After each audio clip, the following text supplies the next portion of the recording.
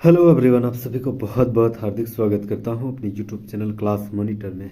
आज मैं फिर लेके आया हूं रेलवे एनटीपीसी सेट प्रैक्टिस का 10वां लेक्चर। टोटल इस बुक में 25 सेट प्रैक्टिस है, उसी का आज मैं 10वां लेक्चर लेके आया हूं। इससे पहले मैंने 9 लेक्चर ऑलरेडी अपलोड कर दिए हैं, 9 सेट प्रैक्टिस। प्लीज़ सारे विजिट कर लीजिएगा, सारे जो है प्लेलिस्ट में मतलब प्रोवाइड कर दी गई है, ठीक है। तो प्लीज़ अंत तक जरूर जुड़े रहिएगा। रेलवे एनटीपीसी 2025 का सेट प्रैक्टिस जो कि किरण पब्लिकेशन का बुक का सेट प्रैक्टिस लेके आया हूँ। बहुत सारे कंटेंट मिलेगी यहाँ से। हम लोग 40 सवाल जो है जीके जीएस यानी जनरल अवेयरनेस के बारे में जानेंगे। उसके बाद 30 सवाल जो मैथ की रहेगी, जो कि प्रीवियस ईयर सवाल एनटीपीसी में पूछा गया, और ज़बरदस्त एक्सप्लेनेशन के साथ, और 30 सवाल रीजनिंग का एकदम ज़बरदस्त एक्सप्लेनेशन के साथ पढ़ेंगे। तो प्लीज़ अंत तक जरूर जुड़ रहिएगा, और नए हैं तो सब्सक्राइब जरूर कर लीजिएगा, क्योंकि आने वाले जितने भी सेट प्रैक्टिस है वो सारे एक्सप्लेनेशन के साथ इसी यूट्यूब चैनल में आपको मिलेगा। तो प्लीज़ जुड़े रहिएगा, अंत तक जरूर बने रहिएगा। पहला सवाल हम लोग आते हैं। पहला सवाल है कि भारत के संविधान में कौन सा अनुच्छेद उच्च न्यायालय को रिट जारी करने का अधिकार देता है? बहुत ही ज़बरदस्त सवाल है। तो याद रखना है, भारत के संविधान में उच्च न्यायालय जो है 226, ऑप्शन नंबर 2 बिल्कुल राइट आंसर हो जाएगा। 226 एक उच्च न्यायालय के नागरिकों को मौलिक अधिकारों के परिवर्तन के लिए उसे जो है रिट जारी करने का प्रावधान दिया गया है। कहाँ? 226 में। ऑप्शन नंबर 2 बिल्कुल राइट आंसर हो जाएगा। चलिए नेक्स्ट हम लोग आते हैं अगला सवाल। एक कूलॉम आवेश में कितने इलेक्ट्रॉन होते हैं? जबरदस्त सवाल, बहुत शानदार सवाल। एक कूलॉम आवेश में कितने इलेक्ट्रॉन होते हैं? तो याद रखना है 6.25 इंटू 10⁻18 इलेक्ट्रॉन होते हैं एक कूलॉम आवेश में। बहुत ही शानदार सवाल है। ऑप्शन नंबर 2 बिल्कुल राइट आंसर हो जाएगा। 6.25 इंटू 10⁻18 इलेक्ट्रॉन जो होते हैं वह एक कूलॉम आवेश में इतने इलेक्ट्रॉन पाए जाते हैं। ऑप्शन नंबर 2 राइट आंसर हो जाएगा। तीसरा नंबर सवाल। आँख की बाहरी परत सफ़ेद हिस्सा जो है वह आंतरिक संरचनाओं की रक्षा करता है, वह कौन करता है? तो याद रखना यह जो है कौन करता है, तो आँख की बाह्य सफ़ेद भाग जो है वह कठोर बाहरी परत है, जिसे श्वेत पटल कहा जाता है, ठीक है। श्वेत पटल याद रखना है, श्वेत पटल कहा जाता है। तो श्वेत पटल तो नहीं लिखा है, इंग्लिश उसको स्क्लेरा कहा जाता है। ऑप्शन नंबर 2 बिल्कुल राइट आंसर हो जाएगा। जो बाहरी सफ़ेद हिस्सा है उसे श्वेत पटल कहा जाता है, इंग्लिश में स्क्लेरा। ऑप्शन नंबर 2 बिल्कुल राइट आंसर हो जाएगा। चौथा नंबर सवाल। आधुनिक आवर्त सारणी में 18 समूह हैं, 7 आवर्त हैं। उस तत्व की परमाणु संख्या क्या है जो चौथे समूह और चौथे आवर्त में पाया जाता है? तो याद रखना, अगर चौथे समूह और चौथे आवर्त में पाया जा रहा है उसका नाम है टाइटेनियम। याद रखना है टाइटेनियम। अगर टाइटेनियम है तो ये जो है जो उसका परमाणु संख्या कितनी होगी? तो याद रखना 22 होगी। ऑप्शन नंबर 3 बिल्कुल राइट आंसर हो जाएगा, 22 होगी। नेक्स्ट हम लोग आते हैं। ओडिशा को अधिकतर किसके कारण प्राकृतिक आपदाओं का सामना करना पड़ता है? बहुत ही शानदार ज्योग्राफी का सवाल, ठीक है। तो याद रखना है उड़ीसा जो है चक्रवात, क्योंकि बे ऑफ बंगाल के नज़दीक में है, ठीक है। उड़ीसा हर वर्ष जो है चक्रवात, तूफान और सूखे आपदाओं जैसे बहुत बड़े प्राकृतिक आपदाओं का सामना करना पड़ता है। किसको? तो याद रखना है उड़ीसा को। चक्रवात जो है यहाँ बहुत शानदार राइट आंसर हो जाएगा। ऑप्शन नंबर 2 बिल्कुल राइट आंसर हो जाएगा। नेक्स्ट आते हैं छठा नंबर सवाल। इनमें से कौन सी एक ग्रीन हाउस गैस या एक ऐसी गैस है जो ओजोन परत को क्षति पहुंचा सकती है? तो ग्रीन हाउस गैस कौन सी होती है? तो याद रखना है डाइक्लोरोफिलोमीथेन कहा जाता है इसे, डाइक्लोरोफिलोमीथेन। ऑप्शन नंबर 3 बिल्कुल राइट आंसर हो जाएगा। ये जो है एक ओजोन परत को क्षति भी पहुंचाता है और ग्रीन हाउस गैस भी है। याद रखना ऑप्शन नंबर 3 बिल्कुल यहाँ पर राइट आंसर हो जाएगा। चलिए अगला सवाल आते हैं। 7 नंबर सवाल। अल गौर का ऑस्कर विजेता वृत्त चित्र कौन सा था? बहुत ही जबरदस्त सवाल है। अल गौर का ऑस्कर विजेता वृत्त चित्र कौन सा था? तो याद रखना या एन इनकॉन्वेनिएंट ट्रूथ ये था। ऑप्शन नंबर 2 बिल्कुल राइट आंसर हो जाएगा। नेक्स्ट हम लोग आते हैं 8वां नंबर सवाल। निम्नलिखित में से कौन सा ग्रह सबसे गर्म ग्रह है? सबसे गर्म ग्रह कौन सी है? तो याद रखना है गर्मी सबसे शुक्र मनाओ, सबसे ज़्यादा गर्म शुक्र में है, ठीक है, पृथ्वी में नहीं है, नहीं तो हम लोग को जीवन जो है समाप्त हो जाती, ठीक है। तो शुक्र मनाओ यानी शुक्र से शुक्र मनाओ ऐसे याद रख सकते हैं। तो शुक्र ग्रह में सबसे ज़्यादा गर्मी देखी जाती है, सबसे ज़्यादा गर्मी देखी जाती है, ठीक है। हालांकि बुध जो है सबसे नज़दीक में है सूर्य के, लेकिन फिर भी शुक्र में सबसे ज़्यादा गर्मी होती है, याद रखना है, शुक्र में सबसे ज़्यादा गर्मी। एक अनुमान के आधार पर बताया गया लगभग 462 डिग्री सेल्सियस यहाँ की लगभग तापमान हो जाती है, ठीक है। आप सोचिए इसके वायुमंडल में कार्बन डाइऑक्साइड घिरा होता है, कार्बन डाइऑक्साइड घिरा होता है, और लगभग यहाँ 462 डिग्री सेल्सियस तक पहुँच जाती है, तो सोचिए कितना गर्मी होगा। नेक्स्ट आते हैं, इनमें से कौन सा मुगल वंश नहीं है। मुगल वंश जो है आपका कौन सा नहीं है, देखिए हुमायूं, अकबर, कामरान मिर्जा भी है, याद रखना यह भी एक मुगल है, लेकिन शेरशाह सूरी नहीं था। शेरशाह सूरी जो है वह तो बिहार के शासक थे, यह तो मुगल से संबंधित नहीं थे, ठीक है। शेरशाह सूरी भारत के सूरवंश का शासक था, याद रखना है, यह जो है सूरवंश के शासक थे, कौन, तो शेरशाह सूरी, ठीक है। यह पख्तून सूर जनजाति से संबंधित रखते थे, और ये जो है ना आपका बिहार के गवर्नर पद पे काम करते थे, ठीक है। यह मुगल वंश का वंश नहीं है, तो ऑप्शन नंबर 3 बिल्कुल राइट आंसर हो जाएगा। चलिए अगला सवाल, अहमदाबाद में साबरमती आश्रम किसने स्थापित किया था। जबरदस्त सवाल। साबरमती आश्रम जो है वह मोहनदास करमचंद गांधी यानी महात्मा गांधी जी के द्वारा स्थापित की गई थी, याद रखना है। कब, तो याद रखना है 25 मई 1915 को इसकी स्थापना किया गया था, ठीक है। कब, 25 मई 1915 को साबरमती आश्रम की स्थापना अहमदाबाद में, ठीक है, किसके द्वारा, तो यार मोहनदास करमचंद गांधी यानी महात्मा गांधी के द्वारा किया गया था, ठीक है। चलिए नेक्स्ट हम लोग आते हैं अगला सवाल, निम्नलिखित में से किसने रासायनिक संयोजन के 2 महत्वपूर्ण नियमों की स्थापना करके रासायनिक विज्ञान की नींव रखी थी। तो याद रखना है ये लवेजियर ने रखे थे, एंटोनी एल लवेजियर ने रखा था। ऑप्शन नंबर 4 बिल्कुल राइट आंसर हो जाएगा। चलिए 12 नंबर सवाल, भौतिक मात्रा उष्मा क्षमता किसकी इकाई है। तो उष्मा क्षमता की इकाई क्या होगी, तो याद रखना है उष्मा क्षमता की इकाई जूल प्रति केल्विन हो जाएगा। ऑप्शन नंबर 2 यहाँ पर जबरदस्त राइट आंसर हो जाएगा, ठीक है, जूल प्रति केल्विन। चलिए अगला सवाल हम लोग आते हैं 13 नंबर, किसी भी दोषी व्यक्ति को क्षमा, अनुदान या उसकी सजा का निलंबन या परिहार करने की शक्ति किसको प्राप्त है। बहुत ही जबरदस्त सवाल। तो याद रखना है एक अनुच्छेद होती है 72 यानी बेहतर काम कर रहा है, कौन, राष्ट्रपति। कब, जब किसी की क्षमा को माफ कर देता है, तो बेहतर यानी 72 ऐसे याद रख सकते हैं।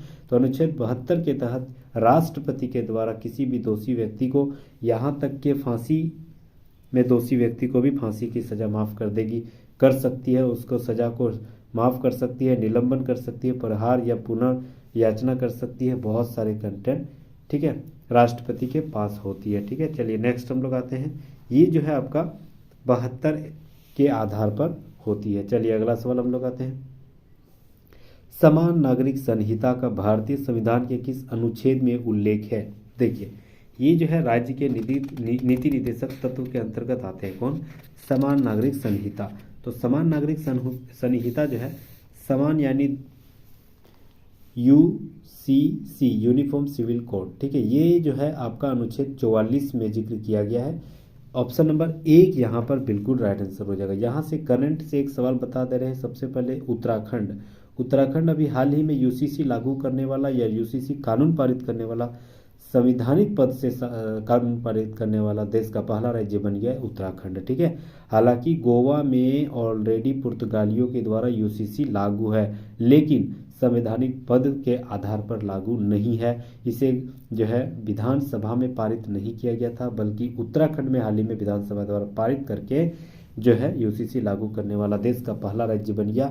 और UCC यानी यूनिफॉर्म सिविल कोड यानी समान नागरिक संहिता भारतीय संविधान के अनुच्छेद 44 के अंतर्गत इसका जिक्र दिया गया है। ऑप्शन नंबर 1 बिल्कुल राइट आंसर हो जाएगा। कैसे याद करें, समान यानी जुड़वा, ऐसे मान सकते हैं ना, तो देखिए 2 को जुड़वा है यानी 4 और 4 ऐसे याद रख सकते हैं, ठीक है, और तो ऐसा नहीं है। चलिए अगला सवाल, द नेम सेक जो है लेखक कौन है। द नेम सेक लेखक कौन है, तो यार झुम्पा लाहिड़ी। ऑप्शन नंबर 2 बिल्कुल राइट आंसर हो जाएगा। चलिए अगला सवाल आते हैं, मोरिंगा ओलिफेरा जो है वह किसकी वैज्ञानिक नाम है, तो यार ड्रमस्टिक का। ऑप्शन नंबर 4 बिल्कुल राइट आंसर हो जाएगा। मोरिंगा ओलिफेरा जो है वह ढोल की लकड़ी के जो है ड्रमस्टिक कहा जाता है इसे, ठीक है। यह क्या है, एक ढोल की लकड़ी है, ढोल की लकड़ी बनती है, मतलब ढोल बनती है इस लकड़ी से ज़्यादातर, इसीलिए इसे ड्रमस्टिक कहा जाता है, ठीक है। और इसका वैज्ञानिक नाम क्या है, तो याद रखना moringa ऑलिफेरा। Option number 4 right answer हो जाएगा। चलिए अगला सवाल, चेराओ किसका लोक नृत्य है, कहाँ की लोक नृत्य जो है चिराओ है, तो यार ना मिजोरम, मिजोरम जो है मिजोरम में है चिराओ। जो मिजोरम का एक धार्मिक नृत्य है, याद रखना यह एक धार्मिक नृत्य है। जबरदस्त सवाल है, ठीक है। धार्मिक नृत्य है कौन, चिराओ, ठीक है। और यह नृत्य जो 4 व्यक्तियों द्वारा बांस के 2 तिरछे डंडों को जोड़कर, 2 तिरछे डंडों को जोड़कर, ठीक है, नृत्य किया जाता है। कहाँ, तो यार ना मिजोरम में। ऑप्शन नंबर 1 बिल्कुल राइट आंसर हो जाएगा। चिराओ डांस कहाँ की धार्मिक नृत्य है, तो यार ना मिजोरम में, ठीक है। चलिए देखिए कैसे याद करें, यहाँ चेराओ, चेर चेर याद रखना, यहाँ जेर चेर जेर चेर जेर, इसे याद रख सकते हैं, ठीक है। चलिए अगला सवाल, ऑस्ट्रेलियाई वैज्ञानिक क्रिश्चियन डॉपलर और डॉपलर प्रभाव की खोज किस वर्ष में की गई थी, जो कि एक पर्यवेक्षक के संदर्भ में गतिमान स्रोत द्वारा उत्पन्न किसी भी प्रकार की ध्वनि या प्रकाश रंग की आवृत्ति में परिवर्तन का वर्णन करता है। ये डॉपलर प्रभाव सीधा सीधा पूछ रहा है कब हुई थी, तो यार ना इसकी या मतलब इसकी खोज कब हुई थी, तो यार ना 1842 में, ठीक है। डॉपलर प्रभाव एक पर्यवेक्षक संबंध के तरंग की आवृत्ति में परिवर्तन है जो तरंग स्रोत को एक सापेक्ष गतिमान को बताता है। यह क्रिश्चियन डॉपलर के द्वारा इसकी खोज की गई थी, याद रखना क्रिश्चियन डॉपलर के द्वारा, कब, 1842 में, ठीक है, ठीक है। चलिए नेक्स्ट हम लोग आते हैं अगला सवाल, गांधीनगर किसकी राजधानी है, जबरदस्त सवाल है। तो याद रखना है गांधीनगर जो है ना गुजरात की राजधानी है। ऑप्शन नंबर 3 बिल्कुल राइट आंसर हो जाएगा। गुजरात की राजधानी कहाँ है, तो याद ना है गांधीनगर, ठीक है। साबरमती नदी के किनारे स्थित है यह, और भारत की राजनीतिक राजधानी दिल्ली और वित्तीय राजधानी मुंबई के मध्य अगर देखा जाए तो औद्योगिक गलियारों का पश्चिमी मुख्य पॉइंट अगर देखा जाए तो गांधीनगर ही है, दिल्ली और मुंबई के बाद, ठीक है। औद्योगिक गलियारों का मुख्य पॉइंट गांधीनगर ही है, जो कि गुजरात की राजधानी है। गांधीनगर जो है किसकी लोकसभा क्षेत्र के अंतर्गत आता है, तो याद रखना ये लोकसभा जो हमारे गृह मंत्री कौन है, तो याद रखना है भारत के गृह मंत्री कौन है, याद रखना भारत के गृह मंत्री कौन है, अमित शाह, ठीक है। तो अमित शाह का संसदीय निर्वाचन क्षेत्र कौन सा है, तो गांधीनगर, यह हमें सही याद रखना। ऑप्शन नंबर 3 राइट आंसर हो जाएगा। 20 नंबर सवाल, लौह स्तंभ कहाँ स्थित है, जबरदस्त सवाल। लौह स्तंभ जो है वह कहाँ स्थित है, तो याद रखना कुतुब मीनार के भवन समूह के आसपास। तो ऑप्शन नंबर 1 यहाँ पर बिल्कुल राइट आंसर हो जाएगा। इसकी ऊंचाई कितनी है, तो याद रखना है इसकी ऊंचाई जो है लगभग 7 मीटर है, ठीक है। कितनी ऊंचाई है, तो लगभग जो लौह स्तंभ है इसकी ऊंचाई 7 मीटर है, ठीक है। चलिए नेक्स्ट हम लोग आते हैं अगला सवाल, निम्नलिखित में से किससे ओजोन क्षयकारी पदार्थ यानी ओडीएस माना जाता है, ओजोन क्षयकारी पदार्थ यानी ओडीएस माना जाता है।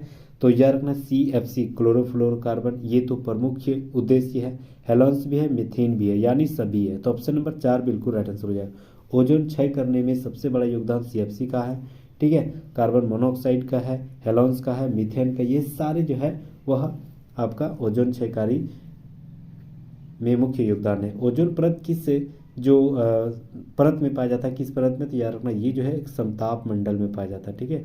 ओजोन परत समताप मंडल में पाया जाता है, ये याद रखना है जहन में। अगला सवाल, निम्नलिखित में से कौन सी वनस्पति जो है वह उच्च अक्षांशों की वनस्पति मानी जाती है, उच्च अक्षांशों की वनस्पति किसे माना जाता है, तो याद रखना है ये जो माना जाता है वह पर्वतीय वन को माना जाता है। ऑप्शन नंबर 1 यहाँ पर बिल्कुल राइट आंसर हो जाएगा। चलिए अगला सवाल आते हैं 23 नंबर, प्रायद्वीपीय पठार की निम्नलिखित में से कौन सी नदी पूर्व की ओर बहती है, प्रायद्वीपीय पठार यानी जैसे ये भारत है, ठीक है, तो इस क्षेत्र को कहा जाता है प्रायद्वीपीय पठार, ठीक है, प्रायद्वीपीय पठार कहा जाता है। तो इस नदी में जो पूर्व की ओर बहती नदी है, पूर्व की ओर यानी इधर की ओर बहने वाली नदी कौन सी है, तो याद रखना इधर की ओर बहने वाली नदी जो है आपका एक कावेरी है, ठीक है। तो ऑप्शन नंबर 3 यहाँ ऑप्शन के आधार पर देखा जाए तो कावेरी है। नर्मदा और तापी ये जो पश्चिम की ओर बहती है, लेकिन कावेरी जो है पूर्व की ओर बहती है, ठीक है। तो ऑप्शन नंबर कावेरी नदी कहाँ से निकलती है? तो यार ना कर्नाटक के कुर्ग क्षेत्र से, कर्नाटक के कुर्ग क्षेत्र से निकलकर जो है बे ऑफ बंगाल में मिल जाती है। इसकी लंबाई लगभग 1341 किलोमीटर है, ठीक है, कावेरी नदी की, ठीक है। चलिए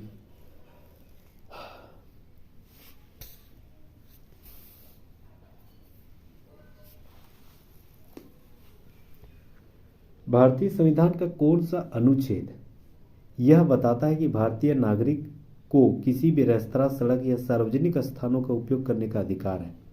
बहुत ही शानदार यह जो क्वेश्चन है ना, बहुत ही जबरदस्त सवाल है।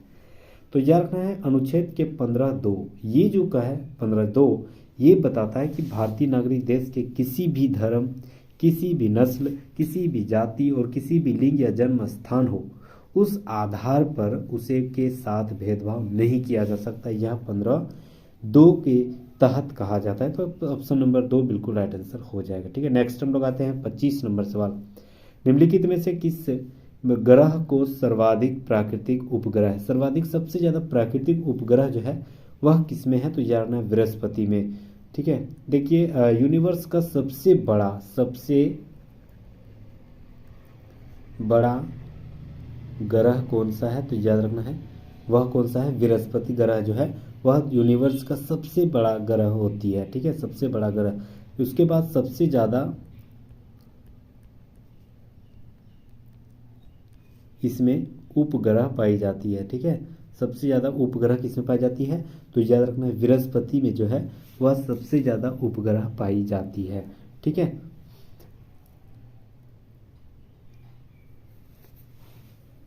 नेक्स्ट हम लोग आते हैं मानव शरीर की सबसे बड़ी ग्रंथि। ये सवाल बहुत ज़्यादा बार पूछा जाता है, बहुत ज़्यादा बार, बायोलॉजी का बहुत ही टॉप मोस्ट सवाल है। मानव शरीर की सबसे बड़ी ग्रंथि कौन सी है? तो याद रखना है यकृत। ऑप्शन नंबर 1 बिल्कुल राइट आंसर हो जाएगा, लीवर। लीवर जो है मानव शरीर की सबसे बड़ी ग्रंथि है और सबसे बड़ा आंतरिक ग्रंथि भी है यकृत, ठीक है। यकृत का बड़ा आकार इसकी कार्यात्मक जटिलता से मेल खाता है। इसकी प्रतिरक्षा, संरक्षण, अपशिष्ट हटाने, उपापचय, ऊर्जा भंडार करने में बहुत बड़ी योगदान है, इसीलिए सबसे बड़ी ग्रंथि यकृत को कहा जाता है। तो ऑप्शन नंबर 1 बिल्कुल राइट आंसर हो जाएगा। 27 नंबर सवाल आते हैं। यदि आप एक दर्पण में देखते हैं और तो पाते हैं कि छवि आपका परावर्तन आपसे छोटा दिख रहा है, तो दर्पण कौन सा है? अगर आपसे छोटा दिख रहा है यानी वह जो है आपका उत्तल दर्पण है। ऑप्शन नंबर 4 बिल्कुल राइट आंसर हो जाएगा। उत्तल दर्पण में हमेशा आपसे छोटा ही, मतलब ज़्यादातर दिखता है तो आपसे छोटा ही दिखता है छवि। तो ऑप्शन नंबर 4 बिल्कुल राइट आंसर हो जाएगा। हुंड्रू जलप्रपात, बहुत ही जबरदस्त सवाल है, बहुत ही शानदार सवाल। हुंड्रू जलप्रपात जो है निम्नलिखित में से किस पठार में बहती है? शानदार सवाल पूछा गया। तो यार छोटा नागपुर के पठार यानी रांची के आसपास, झारखंड की राजधानी रांची के आसपास जो है हुंड्रू फॉल्स जो है यह बहती है, ठीक है। हुंड्रू फॉल्स यानी झरना यह मतलब स्थापित है, ठीक है। कहाँ? तो याद रखना है हुंड्रू जलप्रपात किस क्षेत्र में बहती है? तो रांची यानी छोटा नागपुर पठार के आसपास। इसकी ऊंचाई कितना है? तो याद रखना इसकी ऊंचाई लगभग 98 मीटर है, ठीक है। याद रखना है लगभग 98 मीटर ऊंचाई से इसकी पानी जमीन में गिरती है। तो ऑप्शन नंबर 1 बिल्कुल राइट आंसर हो जाएगा। चलिए अगला सवाल 29 नंबर सवाल आते हैं। महोगनी शीशम के वृक्ष भारत में पाए जाने वाले मुख्य वृक्ष है, ये सामान्यतः किस में पाए जाते हैं? जबरदस्त सवाल। महोगनी और शीशम जो वृक्ष है भारत में पाए जाने वाले मुख्य है, यह किस वनों के अंतर्गत पाया जाता है? शानदार सवाल है। तो याद रखना ये उष्णकटिबंधीय सदाबहार वनों में पाई जाती है, ठीक है। तो ऑप्शन नंबर 1 बिल्कुल राइट आंसर हो जाएगा। यह जो है एक सदाबहार वन की कठोर काष्ठ वाली एक मुख्य वृक्ष है, ठीक है। याद रखना इसकी एक लकड़ी जो है ना बहुत ज़्यादा कठोर होती है, ठीक है, क्योंकि उष्णकटिबंधीय सदाबहार वन हमेशा जो मतलब इस क्षेत्र में गर्मी पानी हर समय आते रहता है, इसीलिए सदाबहार वन कहा जाता है। और ये जो है ना ट्रॉपिकल ऑफ जो कैप्रिकॉन कैंसर भूमध्य रेखा जो है ना इसी के आसपास के क्षेत्रों को कहा जाता है ट्रॉपिक ऑफ कैंसर और ट्रॉपिक ऑफ कैप्रिकॉन के बीच के अंतर्गत, ठीक है। तो इसमें जो है किस क्षेत्र के, भारत में किस क्षेत्र में ज़्यादातर पाया जाता है? तो यार ना ये जो है ज़्यादातर केरल में, भारत के केरल में, कर्नाटक में पश्चिमी घाट के अंतर्गत, ठीक है। तमिलनाडु क्षेत्र में बहुत प्रचुर मात्रा में ये पेड़ पाए जाते हैं। कौन सा? महोगनी और शीशम, जो कि भारत की प्रमुख वृक्षों में से एक है, जो कि उष्णकटिबंधीय सदाबहार वनों के अंतर्गत आता है। चलिए अगला सवाल आता है 30 नंबर। सवाल है कि वन्य जीव सप्ताह प्रत्येक वर्ष कौन सप्ताह प्रथम सप्ताह कब मनाया जाता है? कौन से मतलब वर्ष के कौन से माह में प्रथम सप्ताह जो है वन्य जीव सप्ताह मनाया जाता है? ये बहुत ही जबरदस्त सवाल है, तो याद रखना है अक्टूबर माह। ऑप्शन नंबर 3 बिल्कुल राइट आंसर हो जाएगा। ठीक है, ऑप्शन नंबर 3 बिल्कुल राइट आंसर हो जाएगा। ये जो बता रहा है अक्टूबर माह के प्रत्येक साल के अक्टूबर माह के प्रत्येक पहले वाले सप्ताह को क्या माना जाता है? वन्य जीव सप्ताह माना जाता है। ऑप्शन नंबर 3 राइट आंसर हो जाएगा। चलिए अगला सवाल 31 नंबर, निम्नलिखित में से कौन सी कोशिका निकाय का अपना अनुवांशिक पदार्थ होती है? कौन सी कोशिका निकाय का अपना अनुवांशिक पदार्थ होती है? तो याद रखना ये अनुवांशिक पदार्थ माइटोकॉन्ड्रिया में पाई जाती है। ऑप्शन नंबर 1 बिल्कुल राइट आंसर हो जाएगा। केंद्रिका कोशिका का केंद्रीय अंग जो है वह डीएनए को घेरता है और नाभिक के अंतर्गत जो है वह माइटोकॉन्ड्रिया, जिसे कोशिका का पावर हाउस भी कहा जाता है। ये सब भी याद रखना। ठीक है, powerhouse of the cell, ठीक है, इसे कहा जाता है। किसे? माइटोकॉन्ड्रिया को। इसी में कोशिका निकाय अपनी आनुवंशिक पदार्थ पाई जाती है। तो ऑप्शन नंबर 1 राइट आंसर हो जाएगा। चलिए अगला सवाल, ग्राम सभा सदस्य बनने के लिए न्यूनतम आयु कितनी होनी चाहिए? जबरदस्त सवाल है। ठीक है, ग्राम सभा जो सदस्य बनने का न्यूनतम आयु है वह 21 वर्ष है या इससे अधिक। ठीक है, मिनिमम 21 वर्ष होनी चाहिए यह या उससे अधिक होनी चाहिए, तभी आप ग्राम सभा के सदस्य, ग्राम सभा के मुखिया प्रतिनिधि, ग्राम सभा के जो वार्ड सदस्य है, जो ये सारे जो है आपको 21 वर्ष या इससे अधिक होनी चाहिए, तभी आप इसी में जो है न्यूनतम आयु यानी तभी आप इसमें आप निर्वाचित हो सकते हैं। ठीक है, तो ऑप्शन नंबर 2 बिल्कुल राइट आंसर हो जाएगा। अच्छा, कुछ हम लोग एज जान लेते हैं। जैसे राष्ट्रपति की उम्र कितनी होनी चाहिए? तो लगभग मिनिमम जो है 35 साल, उसके बाद जितना भी हो चलेगा। उसके बाद जैसे प्रधानमंत्री कहाँ से आते हैं? संसद से। तो यार अपने संसद की अगर न्यूनतम आयु होती है तो वह होती है 25 साल, यानी 25 साल भी प्रधानमंत्री का भी है। जो भी संसद का निर्वाचित जीत जाता है उसे प्रधानमंत्री बना जाता है। तो संसद हो या प्रधानमंत्री हो, दोनों का उम्र जो होती है वह 25 साल होती है। अच्छा, गवर्नर की कितना उम्र में मतलब नियुक्ति होती है? तो याद रखना गवर्नर की नियुक्ति भी 35 साल होती है। अच्छा, राज्यसभा के सदस्य की नियुक्ति जो है वह कितने न्यूनतम उम्र में होती है? तो यार ना राज्यसभा सदस्य की लगभग 30 साल होनी चाहिए न्यूनतम उम्र, उसी के दौरान ही उसकी नियुक्ति होती है। गवर्नर की 35 साल, संसद हो या पीएम हो वह 25 साल, प्रेसिडेंट हो यानी 35 साल, और अगर ग्राम सभा के सदस्य बनना है तो 21 साल मिनिमम या ज़्यादा कुछ भी हो सकती है। तो ऑप्शन नंबर 2 बिल्कुल राइट आंसर हो जाएगा। नेक्स्ट हम लोग आते हैं 33 नंबर सवाल, खाद्य पदार्थों के दुर्गंध आने का मुख्य कारण वसा और तेल, इसका क्या है? तो यार अपना खाद्य पदार्थों की मुख्य जो वसा और तेल है इसी का ऑक्सीकरण के कारण होती है, यानी ये जो है वह खाद्य पदार्थों की वासी होना, हवा में प्रकाश, नमी, जीवाणु, ये सारे क्रियाएं जो तेल को पूर्ण या ऑक्सीकरण या हाइड्रोलिसिस के कारण ये सारे जो है अप्रिय स्वाद और गंध जैसी समस्याएं बढ़ जाती है। किसके कारण? तो ऑक्सीकरण के कारण। ऑप्शन नंबर 2 बिल्कुल राइट आंसर हो जाएगा। चलिए 34 नंबर सवाल, पेरियार बांध संरक्षण क्षेत्र निम्नलिखित में से किस राज्य में स्थित है? बहुत ही जबरदस्त सवाल। Periyar Kerala. Option number 1 right answer. Option number 3 बिल्कुल राइट आंसर हो जाएगा। पेरियार जो है एक बाघ अभयारण्य है, यह केरल के इडुक्की, याद रखना इडुक्की, ठीक है, इडुक्की क्षेत्र, कोट्टायम क्षेत्र, ठीक है, कोट्टायम क्षेत्र के अंतर्गत यह संरक्षित जो बाघ अभयारण्य है किस क्षेत्र के तो अंतर्गत? तो याद रखना केरल के इडुक्की, कोट्टायम, ये क्षेत्र जो है पेरियार बाघ संरक्षण स्थित है। तो ऑप्शन नंबर 3 राइट आंसर हो जाएगा। 35 नंबर सवाल, जल सेना में दिए जाने वाले सबसे ऊंचा पद कौन सा है? जल सेना में सबसे ऊंचा पद जो होती है वह एडमिरल की होती है, एडमिरल। ऑप्शन नंबर 4 बिल्कुल राइट आंसर हो जाएगा। चलिए अगला सवाल 36 नंबर, सूर्य द्वारा उत्सर्जित निम्नलिखित में से कौन सी विकिरणें पृथ्वी के वायुमंडल में उपस्थित ओजोन परत द्वारा अवशोषित हो जाती है? तो अवशोषित कौन कर लेता है? यानी यूवी विकिरण यानी अल्ट्रावायलेट जो विकिरण है उसी को अवशोषित कर लेती है कौन? तो याद रखना ओजोन परत। यह कहाँ स्थित है? तो याद रखना है समताप मंडल में, ठीक है, समताप मंडल में यह स्थित है। नेक्स्ट हम लोग आते हैं लौह स्तंभ, जो कृति स्तंभ है वह किसमें स्थित है? तो याद रखना यह महरौली दिल्ली में स्थित है। ऑप्शन नंबर 2 राइट आंसर हो जाएगा। चलिए 38 नंबर सवाल, निम्नलिखित में से कौन जो है बढ़ते भ्रूण के लिए पोषक उत्तक का कार्य करता है? बढ़ते भ्रूण के लिए पोषक उत्तक का कौन काम करता है? तो यार ना एंडोस्पर्म।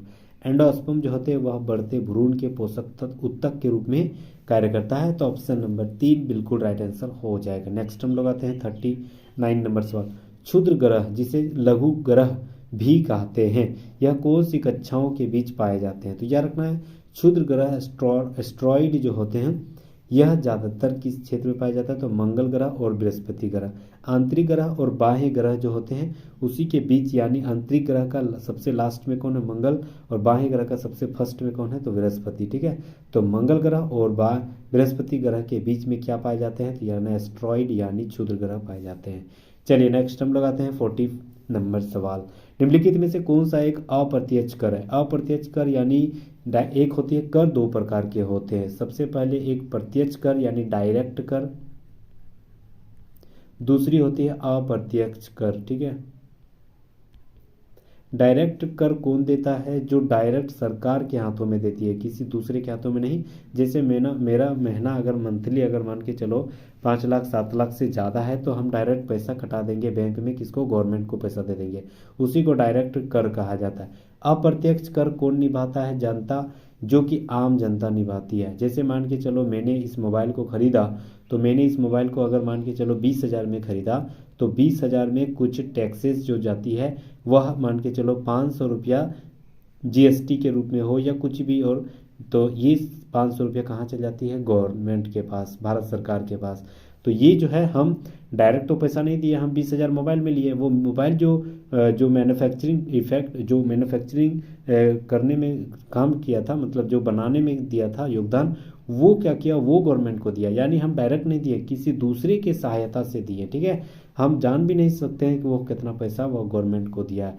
तो ये जो है वह अप्रत्यक्ष कर कहलाती है। और प्रत्यक्ष कर जो होती है वह आपका महीना से ही पैसा कट जा रहा है। अगर आप लाखों रुपये कमा रहे हैं, करोड़ों रुपये कमा रहे हैं, तो आपको टैक्स के रूप में गवर्नमेंट को कुछ पे करना पड़ेगा, उसी को डायरेक्ट टैक्स कहा जाता है।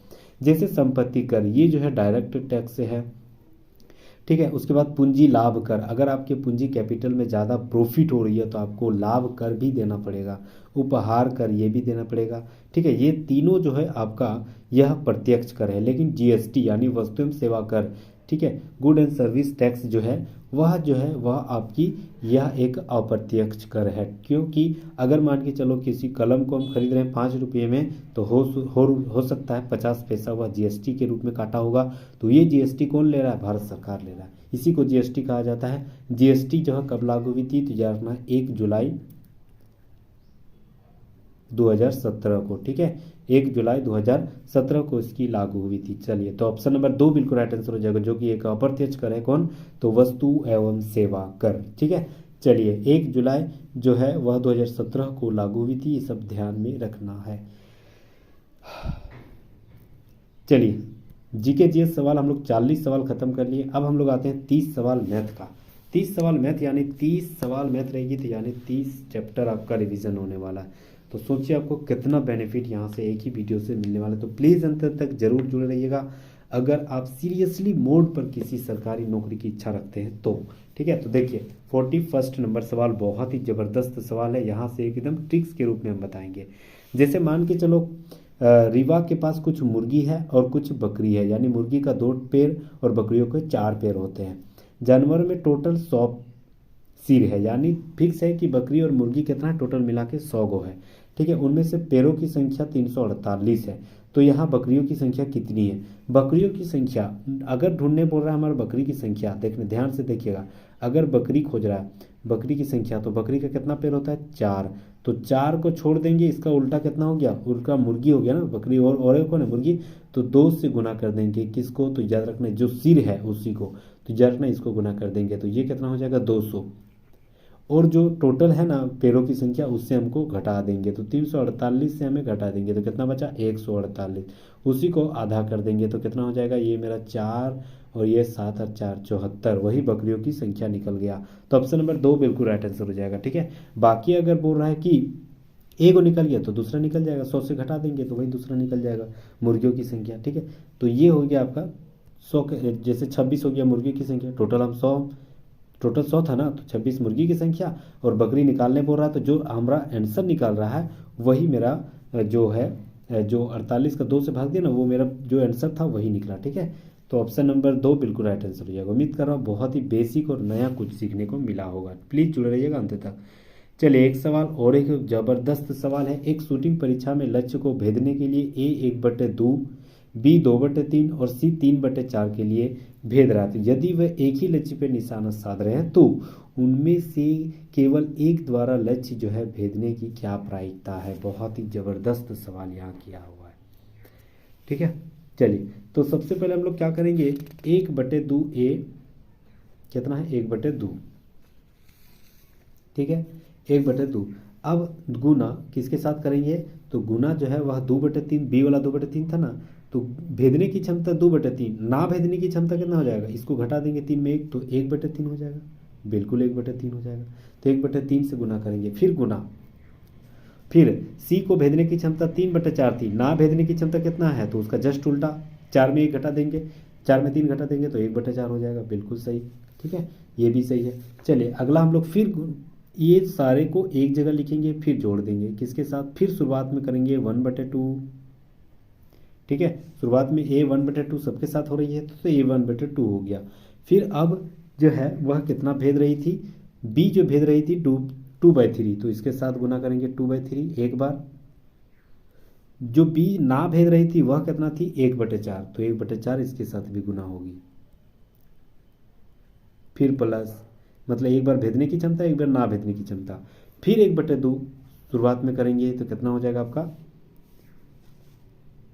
इधर लिख देते हैं 1/2 इंटू ना भेदने की क्षमता जो बी वाला में था वो कितना है, तो 1/3 हो जाएगा, 3 में 2 घटाएंगे तो 1/3 इंटू भेदने की क्षमता जो है वह कितना थी, जो कि भेदने की क्षमता 1/4 थी, तो ना भेदने की क्षमता 1/4 थी, तो भेदने की क्षमता कितना था 3/4, तो 3/4 से गुना कर देंगे और सबको जोड़ देंगे। ठीक है, तो सबसे पहले इसको जोड़ेंगे तो कितना हो जाएगा, ऊपर में 3 एकम 3, ऊपर में 3 हो जाएगा, नीचे होगा 4 तिया 12, 12 दूनी 24, तो 3/24 बिल्कुल सही।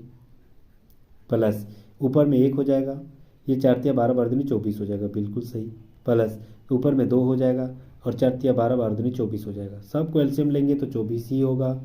ऊपर में सबको जुड़ जाएगा 3 और 1 4 और 2 6, तो ऊपर में 6 हो गया, तो 6 एकम 6, 6 छक 24, यानी 1/4 या राइट आंसर हो जाएगा। ऑप्शन नंबर 4 बिल्कुल राइट आंसर हो जाएगा। नेक्स्ट हम लोग आते हैं अगला सवाल। नीचे दी गई संख्या जो है वह कौन सी है जो 24 से पूरी तरह विभाजित है। देखिए 24 को हम लोग तोड़ेंगे, 24 को कितना कितना टूटेगा, या तो एक 8 में और 8 और 3 से टूट जाएगा।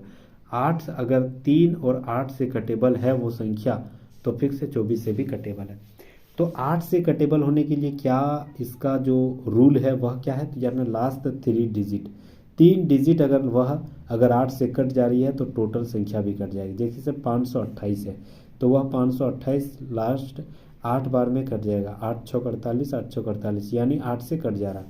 3 से काटने के लिए क्या होनी चाहिए, सबको जोड़ेंगे, 7 5 12, 12 5 17, 17 और 2 19, 19 और 8 8 16 17 27, यानी टोटल 27 जोड़ने से आ रही है। वो क्या 3 से कट रहा है, बिल्कुल 3 9 27, ये कट जा रहा है, यानी 8 से भी कट जा रहा है, 3 से भी कट रहा है, यानी 8 या 24, दोनों 24 से भी कट जाएगा। तो ऑप्शन नंबर 4 बिल्कुल राइट आंसर हो जाएगा।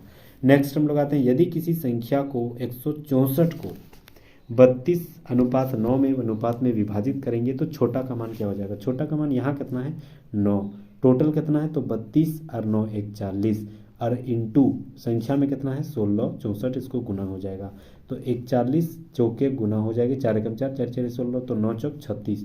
छोटी संख्या कितनी है, तो याद रखना है 36। बड़ी संख्या कितना होगा, तो यहाँ 9 की जगह 32 से गुना कर देंगे, तो ऑप्शन नंबर 2 बिल्कुल राइट आंसर हो जाएगा। नेक्स्ट आते हैं 45 नंबर सवाल।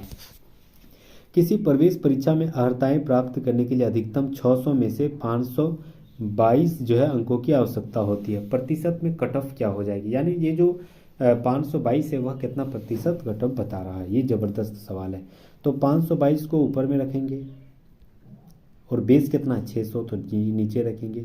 परसेंटेज के लिए हमेशा 100, ये 2 जीरो, ये 2 जीरो, 6 से इसको काटेंगे तो ये याद रखना ये कितना में कटेगा, तो 6 6 8 48, बचा कितना 4 42, 6 7 42, 87%। तो बिल्कुल 87% ऑप्शन नंबर 1 बिल्कुल राइट आंसर हो जाएगा। नेक्स्ट आते हैं 8% वार्षिक साधारण ब्याज की दर पर 5 वर्ष में 1980 रुपया ब्याज होती है, तो वह जो रुपया है वह कौन सा है। देखिए सबसे पहले पी आर कितना है 8%, टी कितना टाइम यानी आपका 5 साल बटे 100, ये क्या है, तो याद रखना ये जो है आपका ब्याज है, तो ब्याज है तो इजिकल टू कितना हो जाएगा 1980। ठीक है, अब ये पी इधर रहेगा, उधर चल जाएगा 1980, और ये 100 उधर चल जाएगा तो गुना में, और जो गुना में है 8 और 5 ये भागा में। ठीक है, चलिए इसको भाग देंगे तो 5 दूनी 10, 20 बार में कट गया। इसको भाग देंगे तो 8 दूनी 16, 17 18 19, 3 8 3 24, 8 8 5 40, 8 चौक 32, 6 कट रहा है नहीं, इसको काटते हैं 2 से 4 बार में, इसको काटते हैं 2 से 10 बार में। ठीक है, अब काटते हैं इसको 4 से, 4 ही 4 ही 16, 17 18 19, 3 38, 4 9 36, ठीक है 4 9 36 हो गया, 37 38 2 20, 4 5 20, यानी 495 में कट जा रहा है, तो 495 जो हो गया 495, ठीक है, और ये एगो जीरो, यानी 4950 हो गया, 4950 हो गया। ठीक है, अब हमको इसको क्या करेंगे 4950,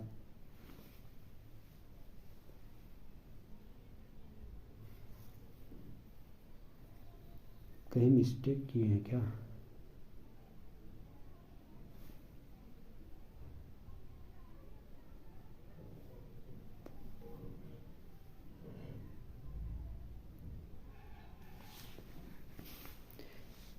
चलिए पी आर टी बटे 100 लिखें, यहाँ तक तो सही है, बाय 100 इजिकल टू 1980, लास्ट में आया 4950।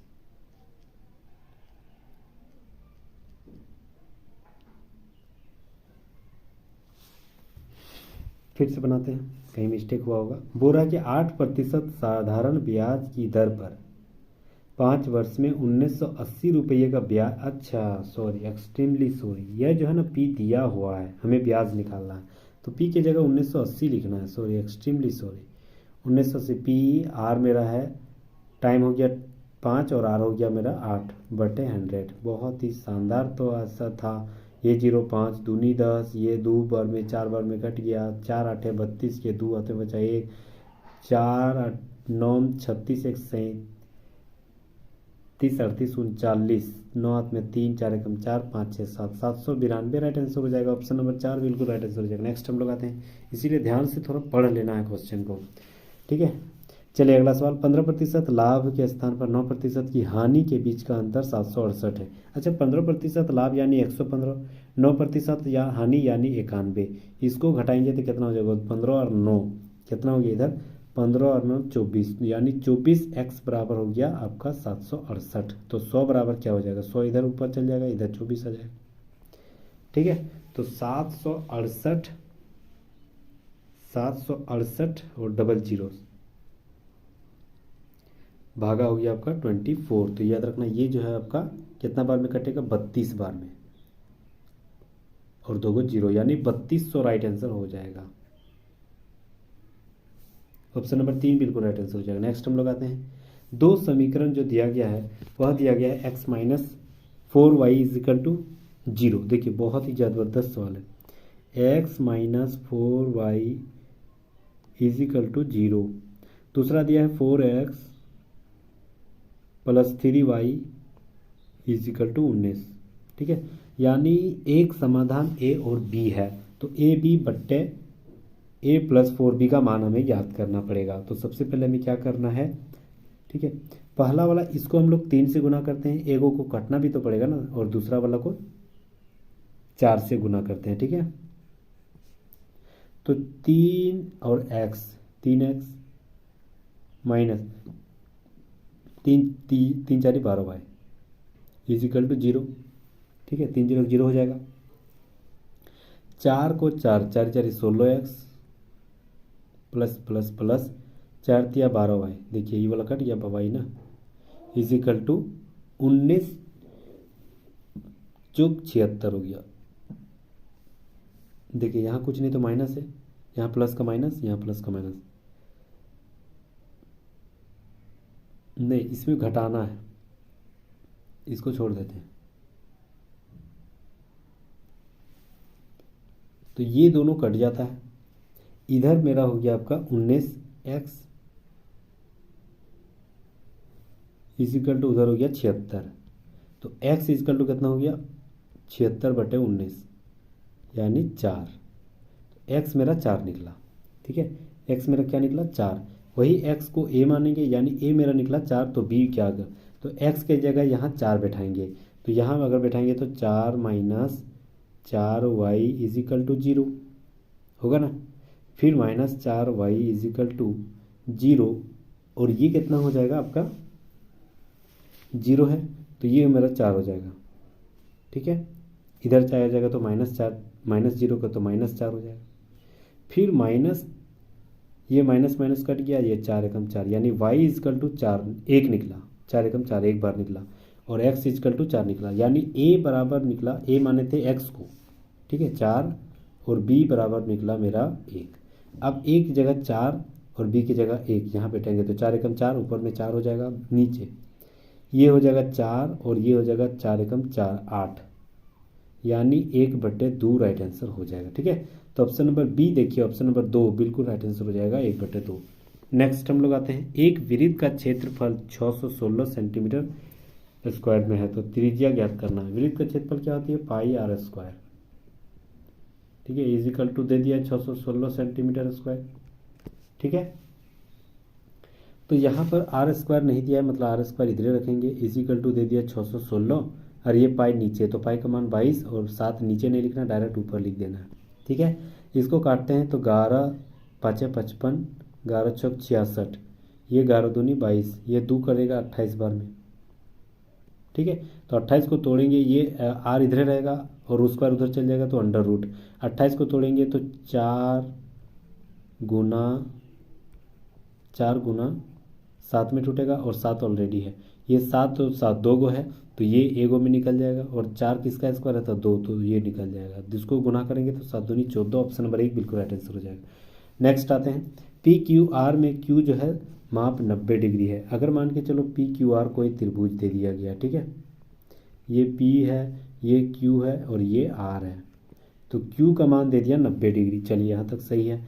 अब बोला यदि कॉट P, यानी कॉट P बराबर क्या होती है B/P होती है, तो इसका B कौन सा हो जाएगा, P का B कौन हो जाएगा, P का B हो जाएगा आपका PQ, जो साथ ही साथ सटले सटले वही PQ हो जाएगा, तो इसका मान हो जाएगा 8। P/B तो इस B/P, तो इसका P कौन बना हो जाएगा QR, तो इसका मान दे दिया कितना 15, तो इसका मान 15 हो जाएगा। ठीक है, अब PQ इजकल टू 4 सेंटीमीटर, अगर मान के चलो PQ बराबर 4 माना है, तो भुजा PR का मान ज्ञात करना पड़ेगा, तो इसका मान हमें निकालना है।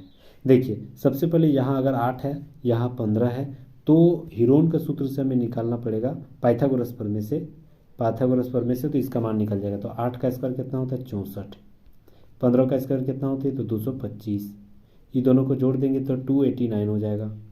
289 का स्क्वायर है 17 का, तो 17 हो जाएगा PR का मान।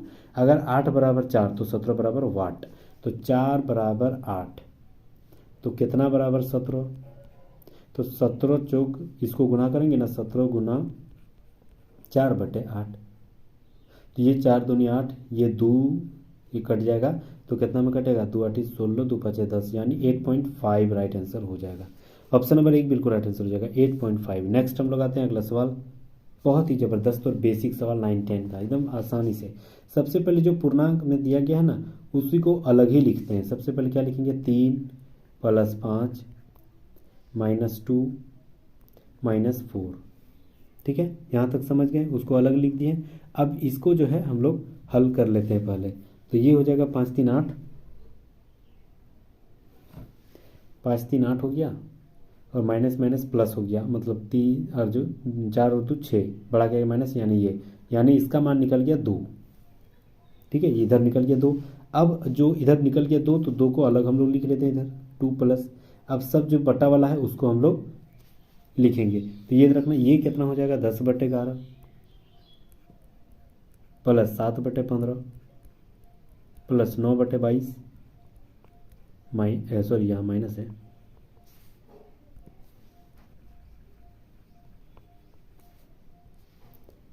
माइनस 9/22 और को बच गया 9/10।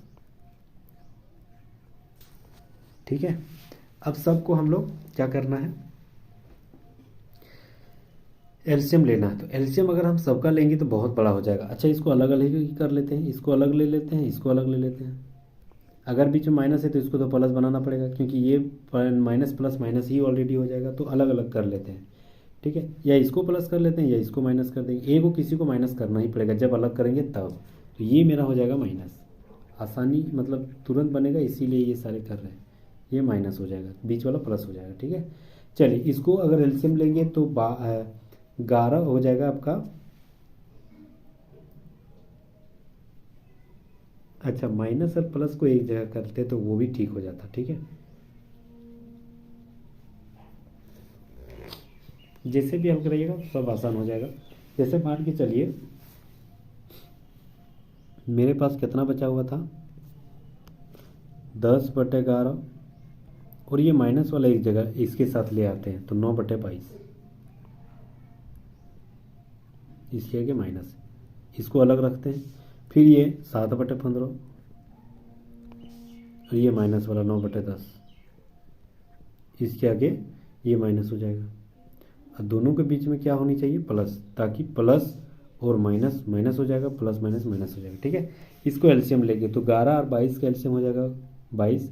क्यों एक साथ किए, क्योंकि एलसीएम लेने में आसानी होगा, नहीं तो बहुत बड़ा हल हो जाएगा। ये 22 हो गया, 11 दूनी 22, यानी 20 माइनस 9, 20 माइनस 9 कितना हो जाएगा 11/22, प्लस इसका एलसीएम लेंगे तो 15 दूनी 30 हो गया, तो 15 दूनी 30 यानी 7 दूनी 14 माइनस 27 माइनस 27, तो ये मेरा कितना हो जाएगा 14 माइनस 27 कितना हो जाएगा 10 दिया 30, 9 दिया 27, 14 माइनस 27, तो 7 और 7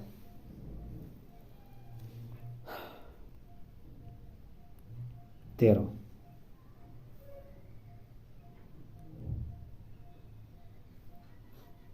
नहीं 7 हो जाएगा, 7/30। ठीक है, 15 दूनी 30, तो 7 दूनी 14 और इधर 3 दिया, हाँ ठीक। तो ये मेरा हो जाएगा, ठीक। और इसके आगे माइनस है तो ये माइनस था, तो ये माइनस प्लस माइनस हो जाएगा। यहाँ तक ये माइनस था ना यहाँ पर, क्योंकि यहाँ माइनस है, ये माइनस हो जाएगा, तो ये माइनस प्लस माइनस हो जाएगा। टोटल यहाँ डायरेक्ट माइनस ही लिख देते हैं। ठीक है, अब इसको हम लोग हल करेंगे। देखिए सबसे पहले ये तो कट जाएगा, 11 दूनी 22 यानी 1/2 हो जाएगा। इसको हल करेंगे तो कितना हो जाएगा 30, 2 15, 15 माइनस 7, तो 15 माइनस 7 8/30 हो जाएगा। और याद रखना ये 8/30 को हम काट भी सकते हैं, आधा 4, ये 15, मतलब 4/15। और इधर 2 ऑलरेडी था सबसे शुरुआत में, सबको अलग अलग वाला जोड़े थे, उसी का 2 मान था ना, तो 2.4/15 राइट आंसर हो जाएगा। ठीक है, 2.4/15 राइट आंसर हो जाएगा। ऑप्शन नंबर 1 बिल्कुल राइट आंसर हो जाएगा। नेक्स्ट हम लोग आते हैं अगला सवाल। किस रकम पर साधारण ब्याज 3.1/2% की दर पर 4 वर्ष में 70 रुपये प्राप्त होती है? साधारण ब्याज तो किस रकम पर, यानी पी नहीं दिया है, तो पी आर मेरा कितना है प्रतिशत, 7 दूनी 14, 3 दूनी 6 और 1 7/2, 2 को नीचे लिखेंगे। समय कितना 4 साल, नीचे बटे 100 इजिकल टू 70। ठीक है, यही मान दिया है। ये 7 दाहें 70, ये कट जाएगा, 4 5 20, ये कट जाएगा, तो ये 50 और 0 500। ऑप्शन नंबर 3 बिल्कुल राइट आंसर हो जाएगा। नेक्स्ट हम लोग आते हैं। चलिए ये भी ज़बरदस्त सवाल है। देखिए यहाँ 1 + x और 1 + x² है, फिर यहाँ 1 + x 4 और 1 + x 8 है, और फिर यहाँ 1 - x है। ठीक है, तो इसका सरल करना है। देखिए एक हम लोग फॉर्मूला जानते हैं, a² - b² क्या होती है, a + b a - b, ये फॉर्मूला हमेशा याद रखना है। ठीक है, तो इसको कैसे हल करेंगे, सबसे पहले हमें क्या करना पड़ेगा, 1 माइनस एक्स और 1 प्लस एक्स, यानी ए प्लस बी ए माइनस बी, यानी ए स्क्वायर माइनस बी स्क्वायर। ये जो है यह 1 ए प्लस बी और ए माइनस बी, यानी इसको लिख सकते हैं 1 माइनस ए स्क्वायर माइनस बी स्क्वायर, बिल्कुल लिख सकते हैं। ठीक है, इसको लिख सकते हैं। उसके बाद ऑलरेडी ओरेगो है ए स्क्वायर प्लस बी स्क्वायर। ठीक है, ऑलरेडी ओरेगो है। उसके बाद यहाँ पर है ए प्लस एक्स का 4 और ओरेगो है ए प्लस एक्स का 8। ठीक है, चलिए अब इसको ए प्लस बी ए माइनस बी इसको भी मान लेते हैं, तो ए स्क्वायर माइनस बी स्क्वायर, यानी ये भी हो जाएगा आपका ए स्क्वायर, यानी ये भी हो जाएगा, इसको मतलब अगर ए मानते हैं इसको बी, तो ए स्क्वायर माइनस बी स्क्वायर, ये ए प्लस बी ए माइनस बी है तो ए स्क्वायर माइनस बी स्क्वायर हो जाएगा। ठीक है, और ये हो जाएगा ए, इसको भी ए प्लस बी ए माइनस बी, तो या भी ये भी हो जाएगा आपका ए स्क्वायर माइनस बी स्क्वायर। ठीक है, तो ए स्क्वायर माइनस बी स्क्वायर अगर इसको भी काटेंगे तो मेरा टोटल सिर्फ क्या बचेगा, तो सिर्फ जो है 8 ऊपर में है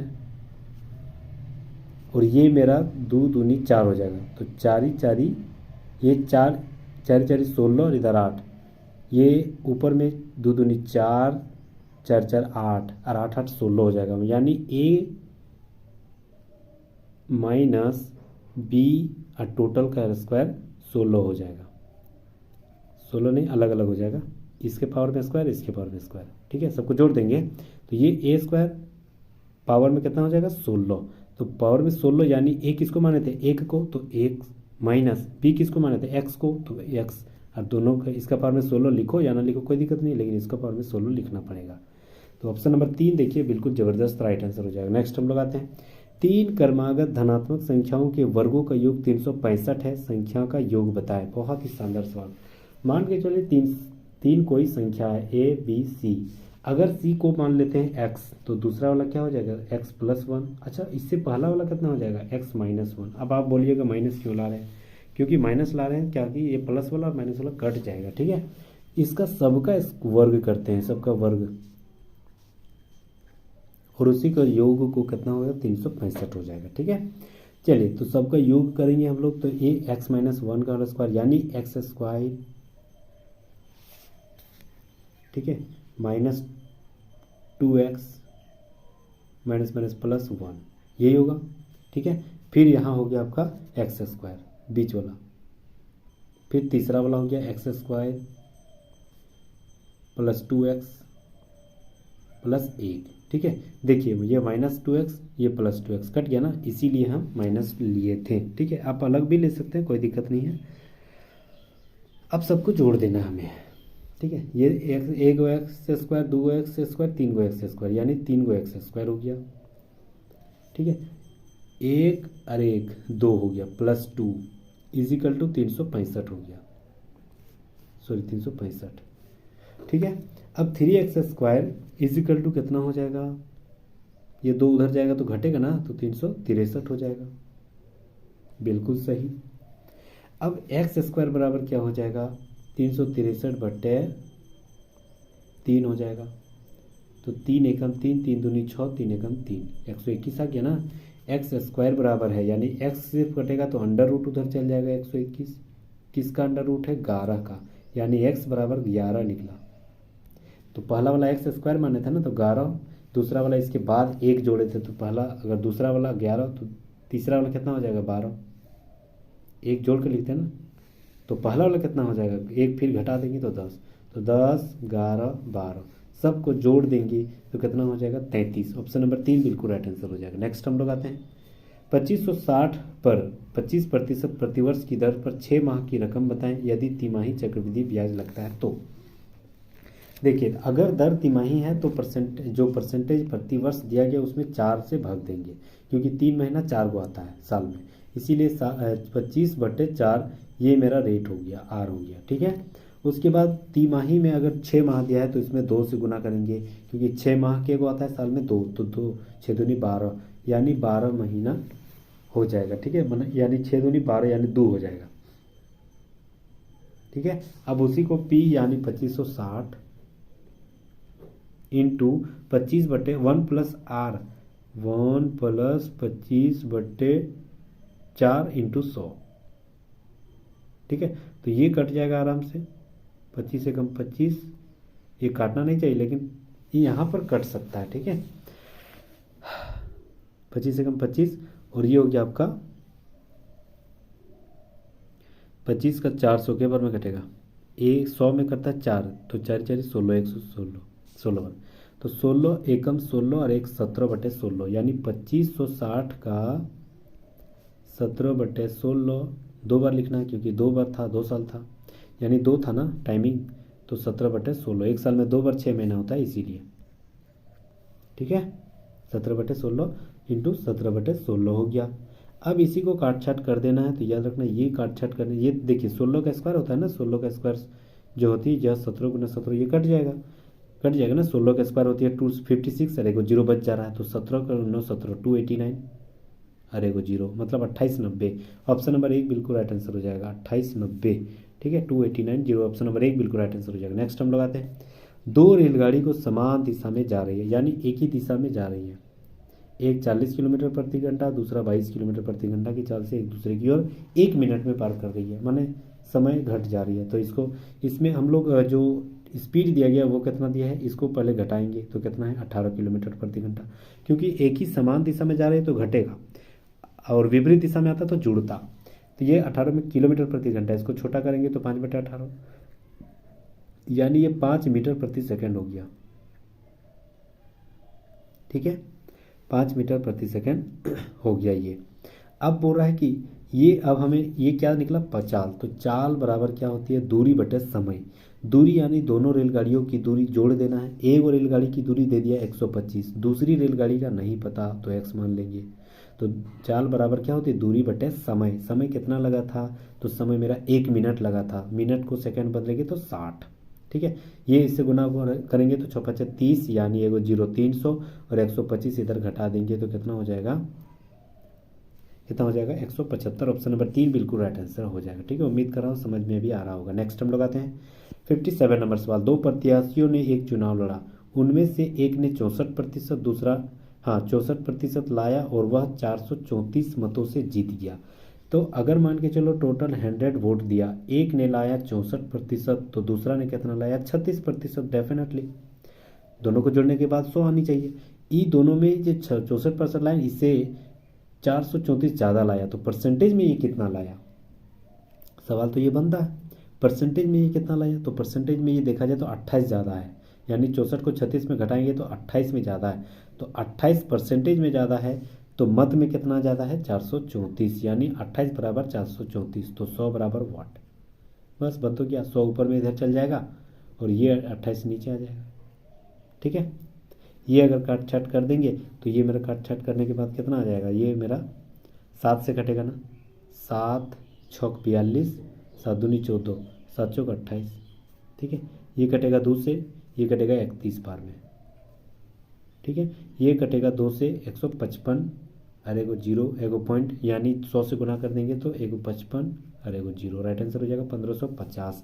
ऑप्शन नंबर 1 बिल्कुल राइट आंसर हो जाएगा। नेक्स्ट हम लोग आते हैं, एक दुकानदार को एक वस्तु के 640 रुपये बेचने पर 20% की हानि हो रही है, यानी 80 बराबर कितना बोल रहा है 640, ठीक है।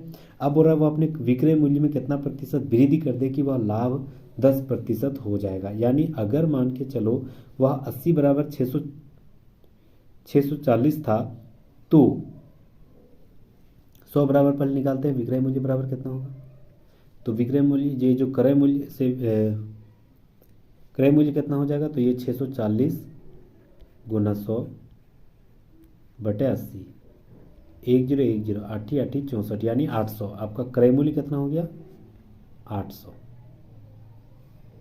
ठीक है। ये मेरा क्रय मूल्य 800 हो गया। अब बोल रहा है कि हम जो बेच रहे थे ना, वह 10% के लाभ के आधार पर बेचेंगे, तो 800 का 10% लाभ कितना हो जाएगा, 800 का 10% लाभ यानी 110 बटे 100, ये 2 0 कट गया, तो 11 8 88, यानी 880 हो जाएगा। इतना में बेचते तो 800% का लाभ होता, लेकिन बोल रहा है कितना प्रतिशत की वृद्धि करेंगे, तो ये मेरा 880 मेरा अंतिम है, और बेच कितना रहे थे 640 रुपये में, यहाँ कितना वृद्धि करना पड़ेगा, तो 640 में बेच रहे थे 840 में बेचेंगे तब ना 10% का लाभ होगा। यहाँ नंबर में कितना ज़्यादा है 240 और ज़्यादा यानी नीचे रहेगा छोटी संख्या यानी 640 और परसेंटेज के लिए 100। तो 1 0 कट गया, ये हो गया आपका 8 तिया 24 8 ही 64, ठीक है, यानी 300/8 हो गया परसेंटेज। 300/8 यानी 37.5 राइट आंसर हो जाएगा। ऑप्शन नंबर 3 बिल्कुल राइट आंसर हो जाएगा 37.5। नेक्स्ट आते हैं, राकेश ने एक कलाई घड़ी उस पे अंकित मूल्य पर 20% की छूट पर खरीदी। कलाई मुड़ी को अगर मान के चलो 100 विक्रय मूल्य था लेकिन 20% छूट दे दिया यानी 80% में खरीदी। अब हो रहा है विक्रय मूल्य जो है ना अंकित मूल्य से 15% अधिक पर बेच दिया, यानी वह जो उसने उस पे अंकित मूल्य से 15% अधिक मूल्य से बेच दिया तो उसे मौलिक लागत में कितना प्रतिशत का लाभ हो जाएगा। अगर मान के चलो टोटल में वह 80 रुपये में खरीदा और उसका दाम था 100 रुपया और उस आधार पर 15% के लाभ पर बेच दिया था यानी 115 में बेच दिया था। अब बोल रहा है टोटल इसमें कितना लाभ कमाएगा, तो लाभ यानी इसमें परसेंटेज इसमें अंतर कितना है, तो इसमें अंतर है कितना 35 का, तो 35 बटे लाभ यानी छोटी संख्या तो इसमें 115 और 80 में छोटी संख्या है आपका 80 और परसेंटेज के लिए 100, तो ये 1 0 कट जाएगा, तो ये मेरा हो गया 350/8, ठीक है। तो 8 चौक 32 8 तिया 24 8 7 56 और 45 मतलब लगभग 43-75 राइट आंसर हो जाएगा। ऑप्शन नंबर 3 बिल्कुल राइट आंसर हो जाएगा। नेक्स्ट हम लोग आते हैं 2/3 और 3/5 के बीच परिमेय संख्या ज्ञात करना। 2/3 और फिर 3/5, यहाँ एगो 0 बैठाएंगे तो 0.3, ये मेरा कितना कटेगा 2/3, हाँ ठीक है।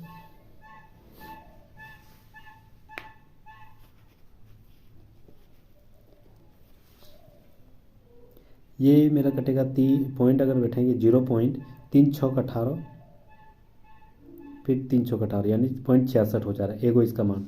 इसमें पॉइंट बैठाएंगे तो ये मेरा हो जाएगा आपका 5 6 30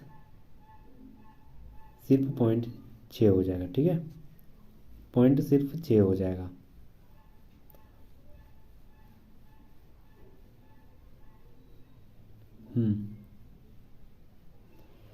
अब यहाँ पर हमें देखना है कि इसके बीच में कितना संख्या हो जाएगा। अब इसको ऑप्शन के आधार पे हम लोग बांटेंगे, ऑप्शन को भी हम लोग भाग देंगे, तो इसके बीच में कौन आता है देखते हैं।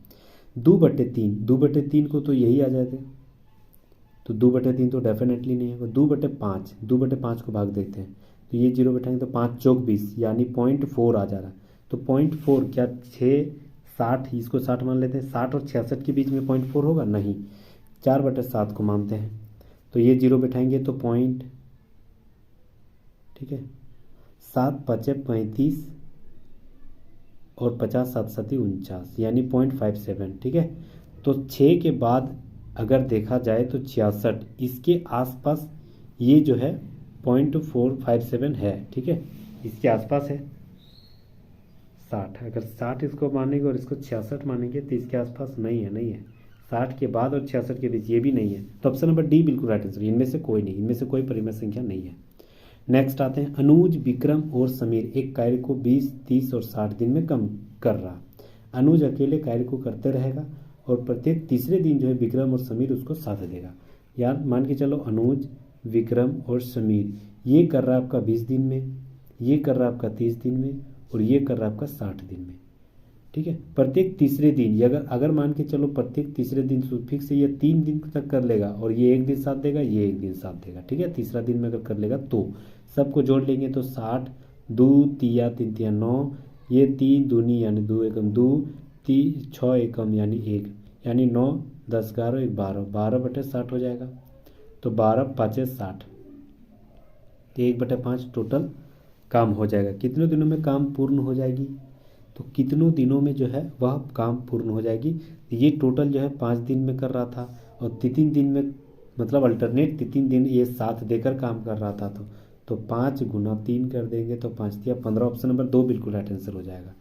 नेक्स्ट आते हैं, एक कक्षा में 40 विद्यार्थियों की औसत उम्र जो है 15 है। तो सबसे पहले 40 को 15 से गुना कर लेंगे तो टोटल का उम्र निकल जाएगा। तो 15 चौक 60 यानी 600।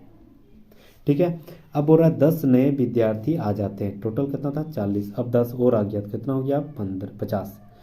0.2 वर्ष जो है वृद्धि हो गई, यानी कितना हो गया अब उम्र इसको 15.2 हो गया। ठीक है 15.2। तो ये मेरा, अब इसको गुना करेंगे तो कितना हो जाएगा, तो 5 दूनी 10 के 0 हाथ में बचा 1, 5 5 25 और 1 26, 5 1 5 6 7, 760 हो जाएगा। ठीक है 760 हो जाएगा। इसमें कितना अंतर हुआ 160 का। टोटल बढ़ा था कितना 10 गो, इसको भाग देंगे तो 1 गो का निकल जाएगा 16। ऑप्शन नंबर 3 बिल्कुल राइट आंसर हो जाएगा। नेक्स्ट आते हैं, एक दुकानदार अपनी वस्तुओं की कीमत की लागत में 30% अधिक अंकित करता है, यानी 100 अगर मानेंगे तो अधिक कितना हो जाएगा 130। ठीक है। अब जो है लेकिन नगद भुगतान के समय 10% की छूट भी दे रहा है, यानी इसमें 10% की छूट भी दे रहा है। तो 13 नाम क्या होती है 117। फिर भी कितना लाभ हो रही है 100 माने थे 117 चल गया, यानी 17% की लाभ हो रही है। ऑप्शन नंबर 2 बिल्कुल राइट आंसर हो जाएगा। नेक्स्ट हम लोग आते हैं 64 नंबर। 3 संख्याओं का औसत जो है 135 है। तो 3 से 135 को गुना कर देंगे तो कितना हो जाएगा 5 तिया 15 को 5 हाथ में बचा 1, 3 तिया 9, 1 10 की 0 हाथ में बचा 1, 3 1 3 1 4, 405 हो गया। बिल्कुल सही। सबसे बड़ी संख्या जो है 195 है। अन्य दो संख्याओं के बीच का अंतर 20 है। मतलब 3 को संख्या 1 2 3, एगो का संख्या मान दे दिया 195। ये दोनों की संख्या का जो है एगो जितना भी है ना दूसरा संख्या उससे 20 ज़्यादा है। ठीक है उससे 20 ज़्यादा, यानी इसको अगर दूसरा वाला x मानेंगे तो पहला वाला कितना मानेगा x + 20 मानना पड़ेगा। बिल्कुल सही। ये तीनों को जोड़ देंगे तो कितना होनी चाहिए 405। ठीक है 405। पहले 95 को उधर ले जाएंगे तो 95 इधर घट जाएगा क्योंकि इसके आगे प्लस है, उधर जाएगा तो घटेगा। तो 195 तो ये 0 हो गया। 405 में 95 घटेगा ना, तो 405 में 195 घटेगा तो कितना हो जाएगा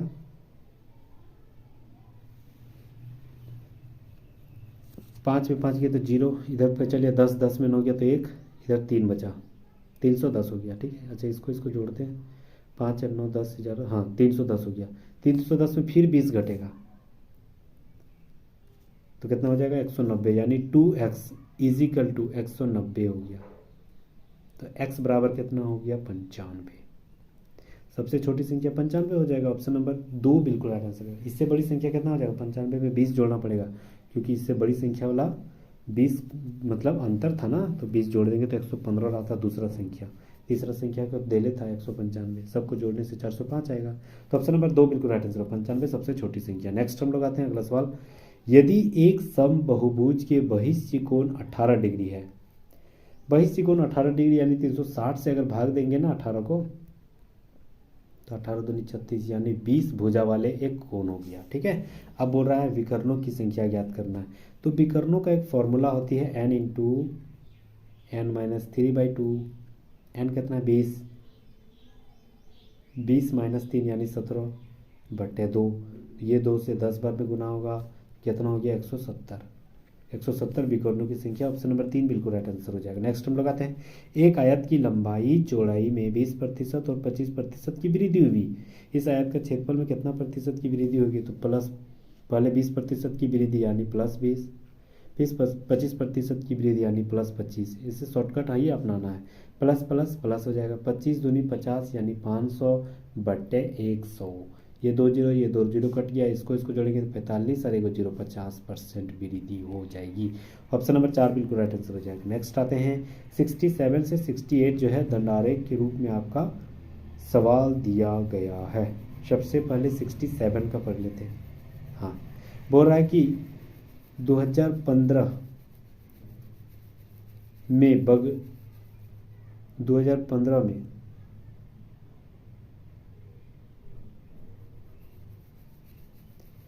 बरगंडी रंग और 2018 में कैरामेल रंग की बिक्री का अनुपात क्या है। बरगंडी रंग जो है वह कितना है, तो यार ना बरगंडी रंग ये जो काला वाला 2015 है और हल्का भूरा वाला 2018, तो इसका कितना है 30 है ना, तो 30 लिखेंगे।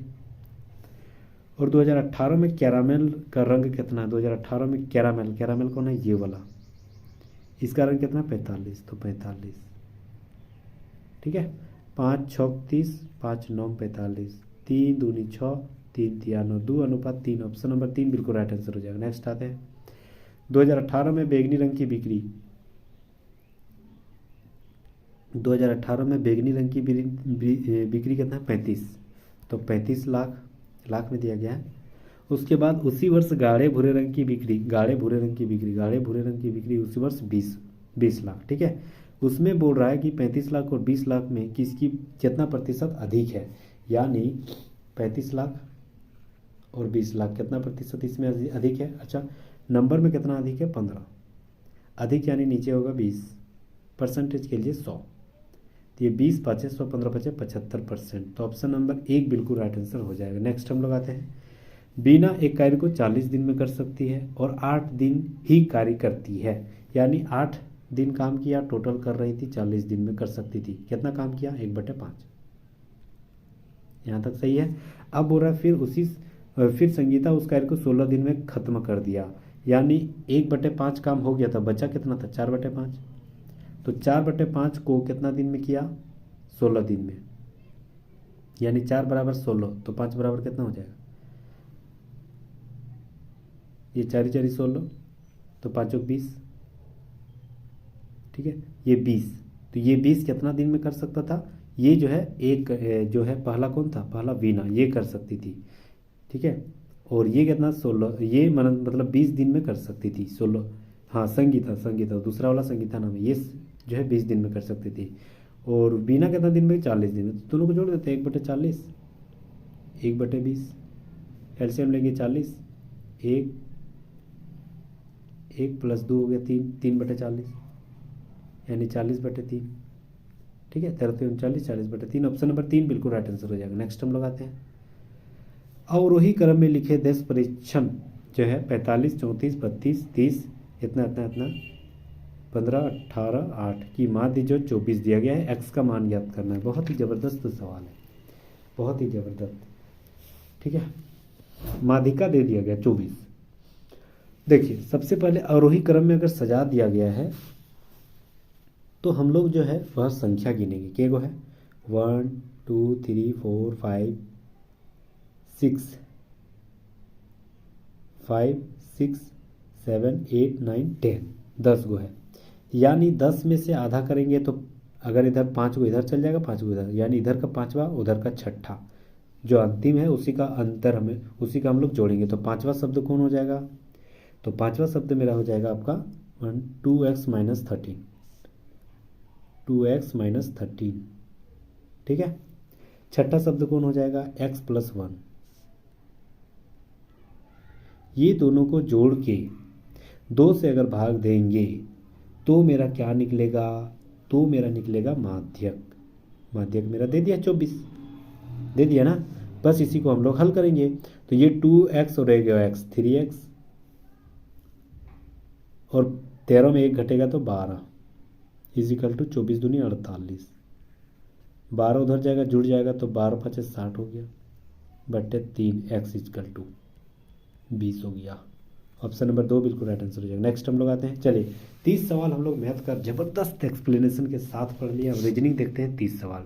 उम्मीद कर रहा हूँ कि आपको बहुत शानदार तरीके से याद भी हो रहे होंगे, और रिवीजन बहुत ज़्यादा जरूरी है, प्रैक्टिस बहुत ज़्यादा जरूरी है, तो प्लीज़ जुड़े रहिएगा और अभी के अभी सब्सक्राइब कर लीजिएगा, क्योंकि बेल आइकन को जरूर दबा दीजिएगा ताकि नोटिफिकेशन सबसे पहले आपको पहुँचेगा। चलिए 71 नंबर सवाल है। सवाल यहाँ दिया गया है कि ये इसके जगह क्या होगा और इसके जगह क्या होगा। सबसे पहले देखिए कौन सा हो जाएगा, ABC MO LMNO OPQ, हाँ ठीक है। ऑप्शन नंबर 2 देखिए, ज़बरदस्त सवाल है। अगर मान के चलो हम AOO लिखेंगे, उसी का CLQ होगा, कैसे? ABC 2 जुड़ा, LMNO 3 जुड़ा, OPQ 2 जुड़ा, ऐसे जुड़ रहा है। फिर उसी प्रकार PAM को हम लिखेंगे NDK, उसके बाद PAM लिखेंगे। देखिए एन ओ पी 2 जुड़ा, ए बी सी डी 3 जुड़ा, के एल एम 2 जुड़ा। बस वही मैच कर रहा है, तो ऑप्शन नंबर 2 बिल्कुल राइट आंसर हो जाएगा। नेक्स्ट हम लोग आते हैं। चलिए ज़बरदस्त सवाल है यहाँ पर। सबसे पहले क्या किया, आई जो है ना इससे भी बड़ा है एल, और एल बड़ा है ए से, ए बड़ा है क्यू से, और आई से बड़ा है एच। ठीक है, ये सवाल दे दिया है। क्या एल बड़ा है एच से? बिल्कुल सही, पहला सही है। एच बड़ा है एल से? दूसरा गलत। एच बड़ा है क्यू से? एच बड़ा नहीं, ये जरूरी नहीं, बराबर भी हो सकता है, तो ये गलत। पहला सही है, ऑप्शन नंबर 1 बिल्कुल राइट आंसर, केवल एक सही है। नेक्स्ट आते हैं। एक दिन रविराज अपने साइकिल पर दक्षिण दिशा की ओर 20 किलोमीटर चलता है। यानी अगर दक्षिण दिशा की ओर घर से निकला और 20 किलोमीटर दक्षिण दिशा की ओर चल गया, ठीक है, यहाँ इसका घर है। अब वह है दाहिनी ओर मुड़ता है और 10 किलोमीटर जाता है, यानी इधर मुड़ता है और 10 किलोमीटर, उल्टा में दाहिना इधर हो जाएगा, ठीक है। फिर वह दाहिने मुड़ता है 20 किलोमीटर, यानी जहाँ था उसी के समानांतर चल गया, क्योंकि यहाँ भी 20 किलोमीटर चल दिया, ठीक है। अंत में वह बाएं मुड़ा और 20 किलोमीटर चला, यानी यहाँ से यहाँ फिर वह 20 किलोमीटर चल दिया, ठीक है। अब उसे घर से पहुंचने के लिए सीधी दिशा में कितने किलोमीटर जाना पड़ेगा? तो यहाँ से यहाँ 20 था और यहाँ 10 था, यानी टोटल कितना हो गया 30। तो 30 किलोमीटर जाना पड़ेगा। ऑप्शन नंबर 2 बिल्कुल राइट आंसर हो जाएगा। नेक्स्ट आते हैं, ठीक है। चलिए टर्मेनको, ये क्या है? टेमसिनो, इसको स्काई ब्लू कॉर्नेक्स कहा। स्काई ब्लू कॉर्नेक्स का मतलब ये होती है, इसका मतलब ये होती है, तो इसका मतलब क्या हो जाएगा? सच सच सबका मान यहाँ पर दिया हुआ है, ठीक है। चलिए तो टैम और कैनो, टैम और कैनो लिखते हैं, टैम और कैनो, इसका मतलब होती है स्काई ब्लू, ठीक है। अभी मैच नहीं कर रहा है कि कौन किसका मतलब हुआ, और को करेगा तब पता चलेगा। उसके बाद होती है कैरो, कैनो और रेक्स, कैनो और रेक्स, इसका मतलब होती है ब्लू चीज़। अब देखिए कैनो का मतलब ब्लू हो गया, कैनो का मतलब ब्लू हो गया, ये कंफर्म हो गया, ठीक है। तो कैनो का मतलब ब्लू है, इसका मतलब हमें याद रखना है। अब दिया है एल्प मीट, यानी APL और मीट, इसका मतलब क्या दिया है? स्टार ब्राइट, स्टार ब्राइट यहाँ पर दिया हुआ है, यानी APL का मतलब स्टार हो गया, ठीक है। APL का मतलब स्टार हो गया, तो बचा सिर्फ क्या? ब्राइट और स्काई। तो ब्राइट, और हमें पूछ क्या रहा था? ब्राइट और स्काई का मतलब, तो ब्राइट का मतलब क्या हो जाएगा? एक तो मीट हो जाएगा, फिक्स है। तो ब्राइट का मतलब एक तो मीट हो जाएगा, और स्काई का मतलब यहाँ क्या था? टैम। तो मीट टैम राइट आंसर हो जाएगा। ऑप्शन नंबर 2 बिल्कुल राइट आंसर है। नेक्स्ट हम लोग आते हैं, अगला सवाल। कथन दे दिया, मृत्यु अपना कैलेंडर नहीं बनाती है। मृत्यु अपना कैलेंडर नहीं बनाती है, उसका निष्कर्ष दिया है आदमी को एक दिन मरना पड़ता है, सही बात है। मृत्यु को किसी भी समय आ सकती है, क्योंकि कैलेंडर नहीं है, यानी समय का कोई फिक्स नहीं है, इसका मतलब यही हुआ। कथन जो दिया है ना, इसका मतलब है कि समय किसी का फिक्स नहीं है मृत्यु का। तो ये दोनों सही है। ऑप्शन नंबर 4 बिल्कुल राइट आंसर है, 1 और 2 दोनों सही बता रहा है।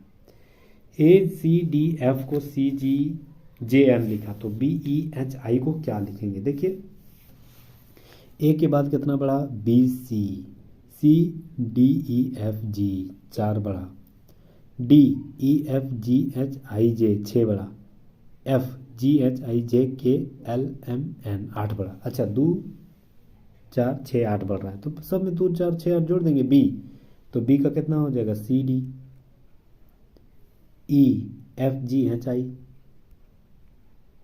ठीक है, HIJKLMN IJKLMNOPQ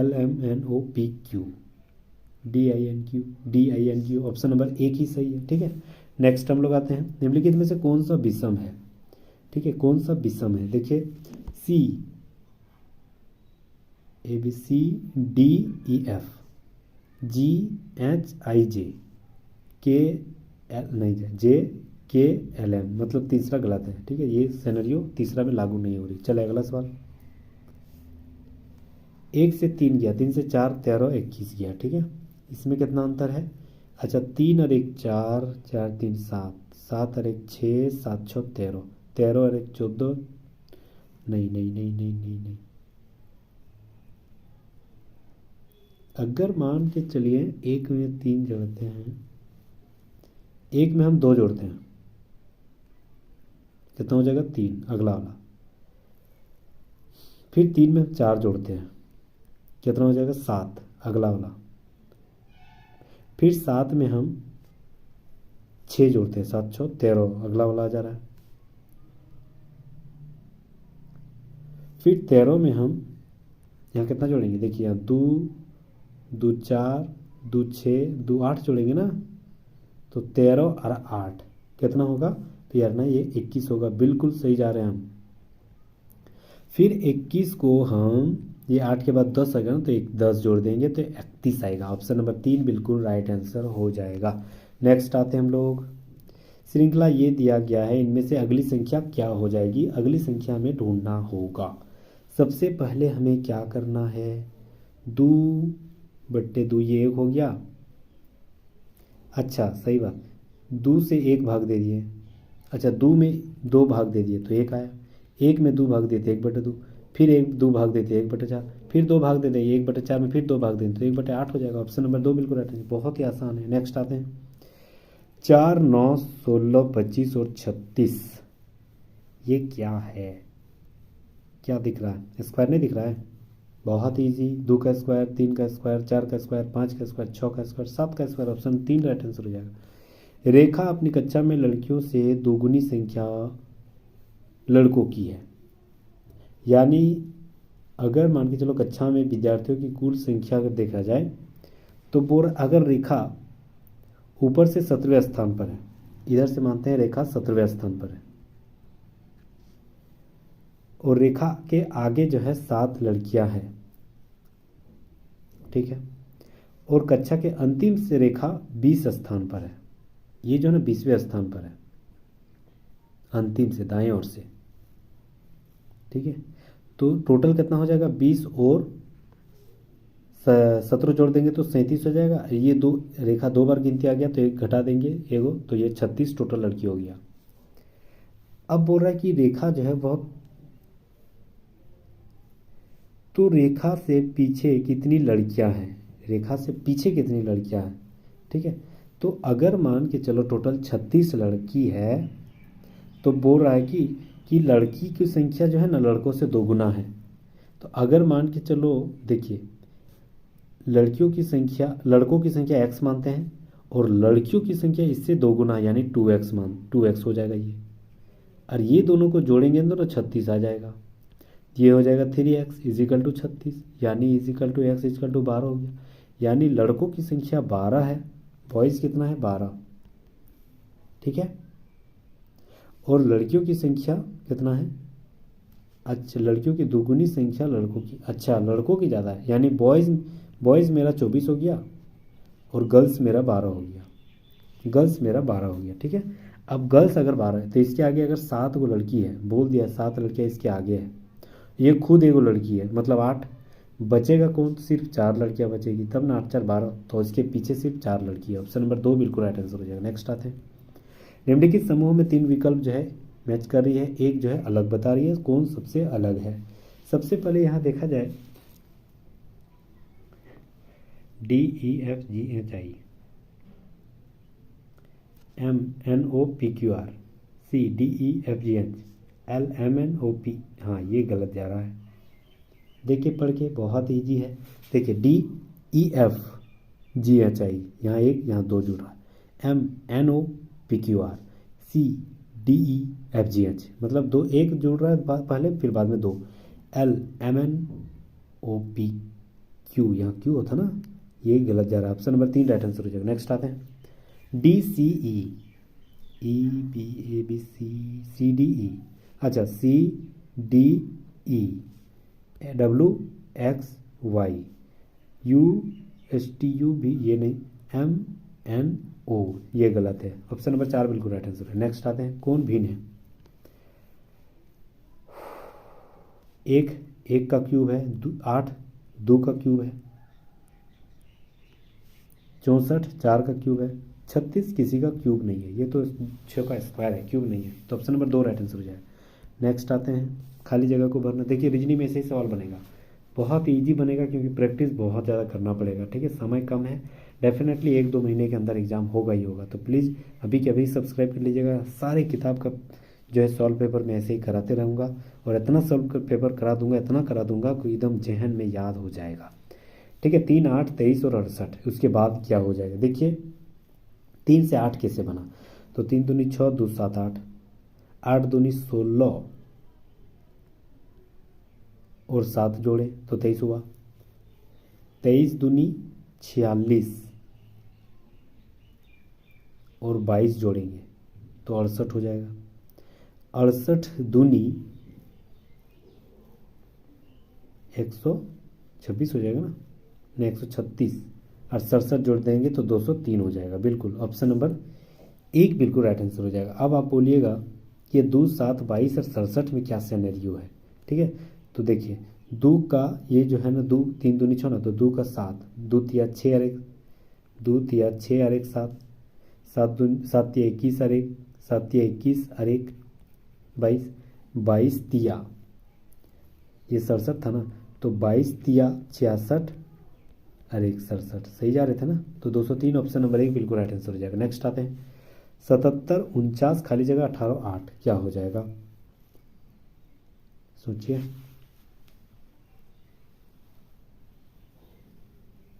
अच्छा 77 को तोड़ेंगे तो कितना में टूटेगा, 7 गुना 7, ये 49 हो जा रहा है, और ये दोनों को एक जगह रख देंगे तो 77 हो जा रहा है।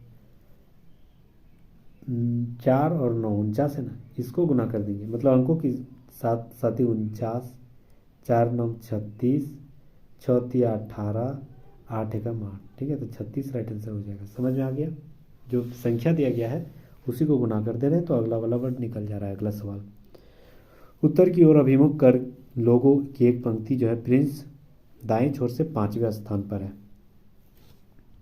प्रिंस जो है दाएं छोर से 5वें स्थान पर है, ठीक है। अब बोल रहा है कि अमित जो है दाएं छोर से 15वें स्थान पर है, अमित दाएं छोर से 15वें स्थान पर है, ठीक है। अमित प्रिंस और आदित्य के ठीक बीच में बैठा हुआ है। अमित जो है वह प्रिंस और आदित्य यहाँ कहीं होगा, ये ठीक बीच में बैठा हुआ है, यानी इसके और इसके बीच में जितना मतलब संख्या है ना, उसका इतना इतना बीच में भी वही संख्या है। तो बोल रहा है कि यदि आदित्य बाएं पंक्ति बाएं छोर से 6ठे स्थान पर, यदि ये 6ठे स्थान पर है तो पंक्ति में कुल कितने बच्चे हैं, ठीक है। तो मान के चलिए ये 5वां स्थान पर था प्रिंस, इससे चल गया 15वां स्थान पर, यानी इसके बीच में कितना है 9, तो डेफिनेटली यहाँ भी 9 हो जाएगा, ठीक है ना। अब बस सबको जोड़ देना है, यही तो हम लोग चाहते थे। तो ये टोटल को जोड़ देंगे, इधर 6 हो जाएगा, इधर 9 15, फिर ये इधर हो जाएगा 15 15 30,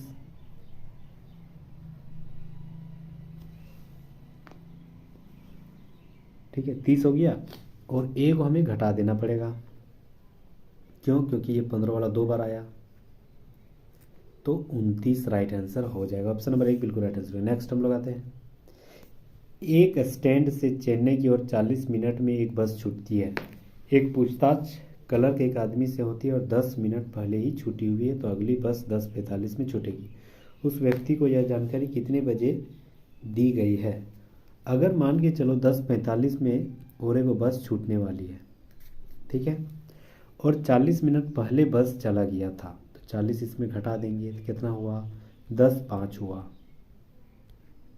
ठीक है 10:05 हुआ।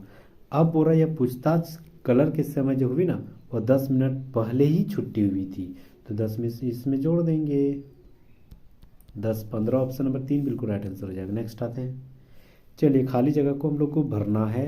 बहुत ही शानदार और रीजनिंग का कंटाप सवाल है, कैसे भरे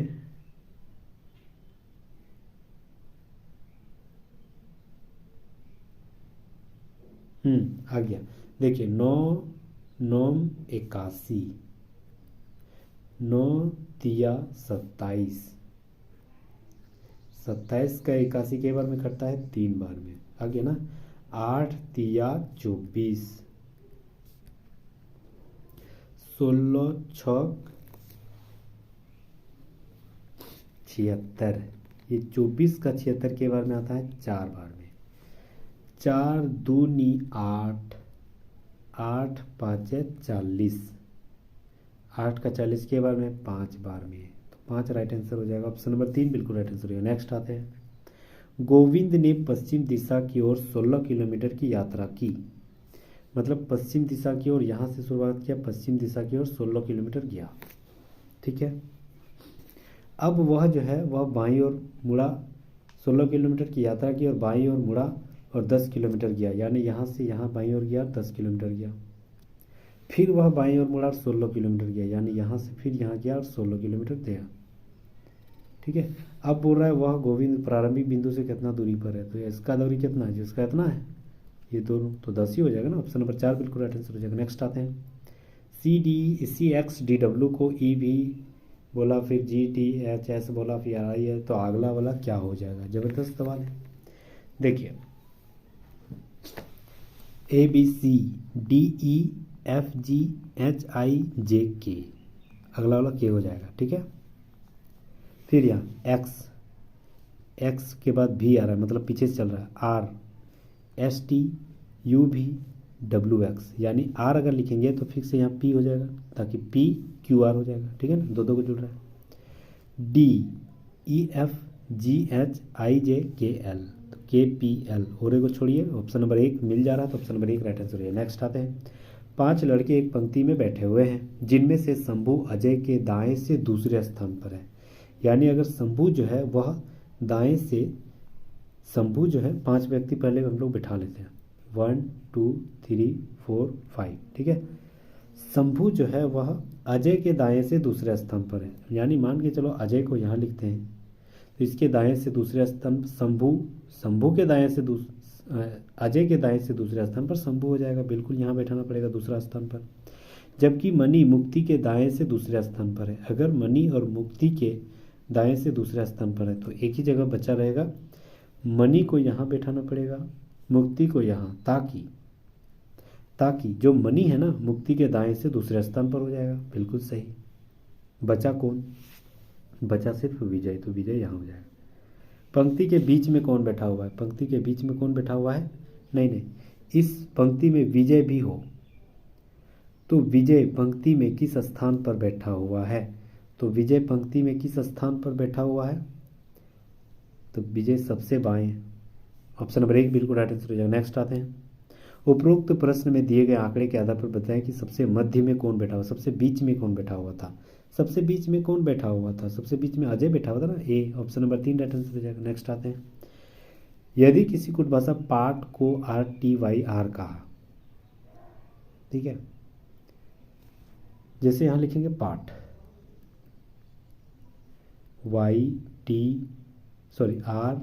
RTYR कहा, जैसे PQR 2 जुड़ा,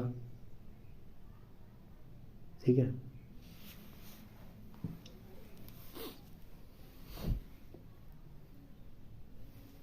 A से T नहीं बनेगा, दूसरा अप्लाई करना पड़ेगा, देखते हैं। हाँ, PQR 2 जुड़ा, RST इधर से नीचे से 2 जुड़ा, तो नीचे वाला हम लोग लिख लेंगे ईयर,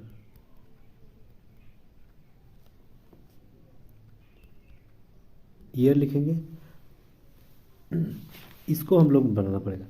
RST था ना, तो यहाँ पर P लिखेंगे तब ना PQR हो जाएगा, PQR 2 बाद YZA, तो शुरू में P लास्ट में A, option number 3 right answer हो जाएगा। नेक्स्ट आते हैं।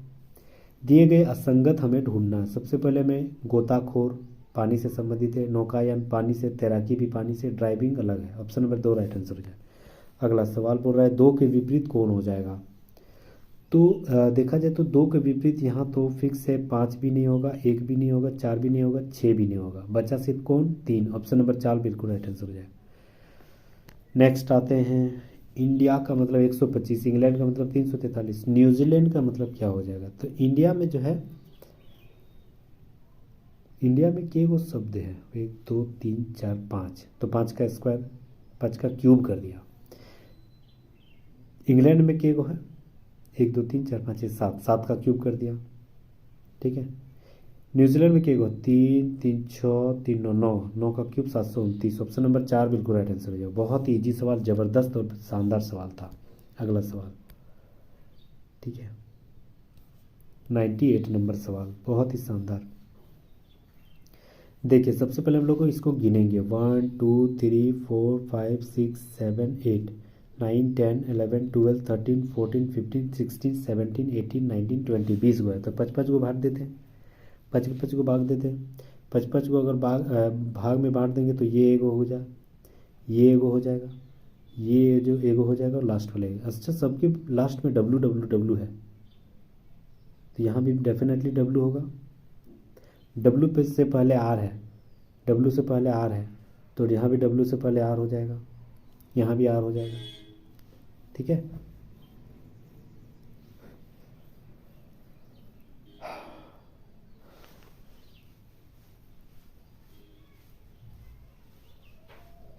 चलिए, आर से पहले जे है, तो यहाँ जे हो जाएगा,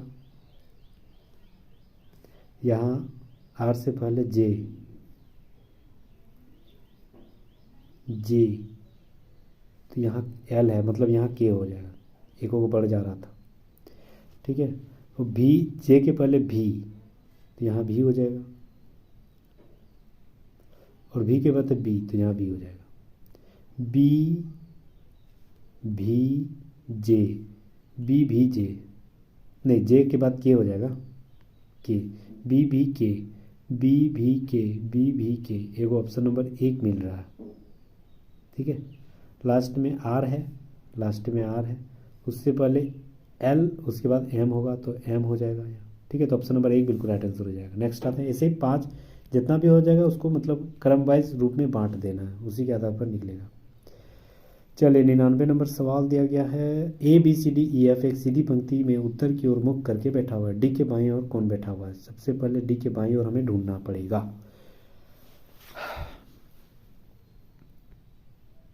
तो कथन 1 देखते हैं, कितना व्यक्ति है? A B C D E F यानी 6, 1 2 3 4 5 6, 6 गो है। ए पंक्ति के किसी एक छोर से दूसरे स्थान पर बैठा हुआ है, यानी ए या तो यहाँ है या तो यहाँ है, ठीक है। ए और बी के बीच केवल 2 व्यक्ति बैठा हुआ है, यानी अगर मान के चलो ए को यहाँ बैठा देते हैं तो बी को यहाँ बैठाना पड़ेगा, ताकि बीच में 2 व्यक्ति है। ई सी के ठीक बाएं ओर बैठा हुआ है, ई जो है ना, ई यहाँ बैठाना पड़ेगा, तो सी ठीक बाएं यहाँ हो जाएगा, ठीक है। चलिए यहाँ तक सही है। तो क्या 1 से पता चल जाएगा कि डी के ठीक बाएं कौन है? नहीं पता चलेगा।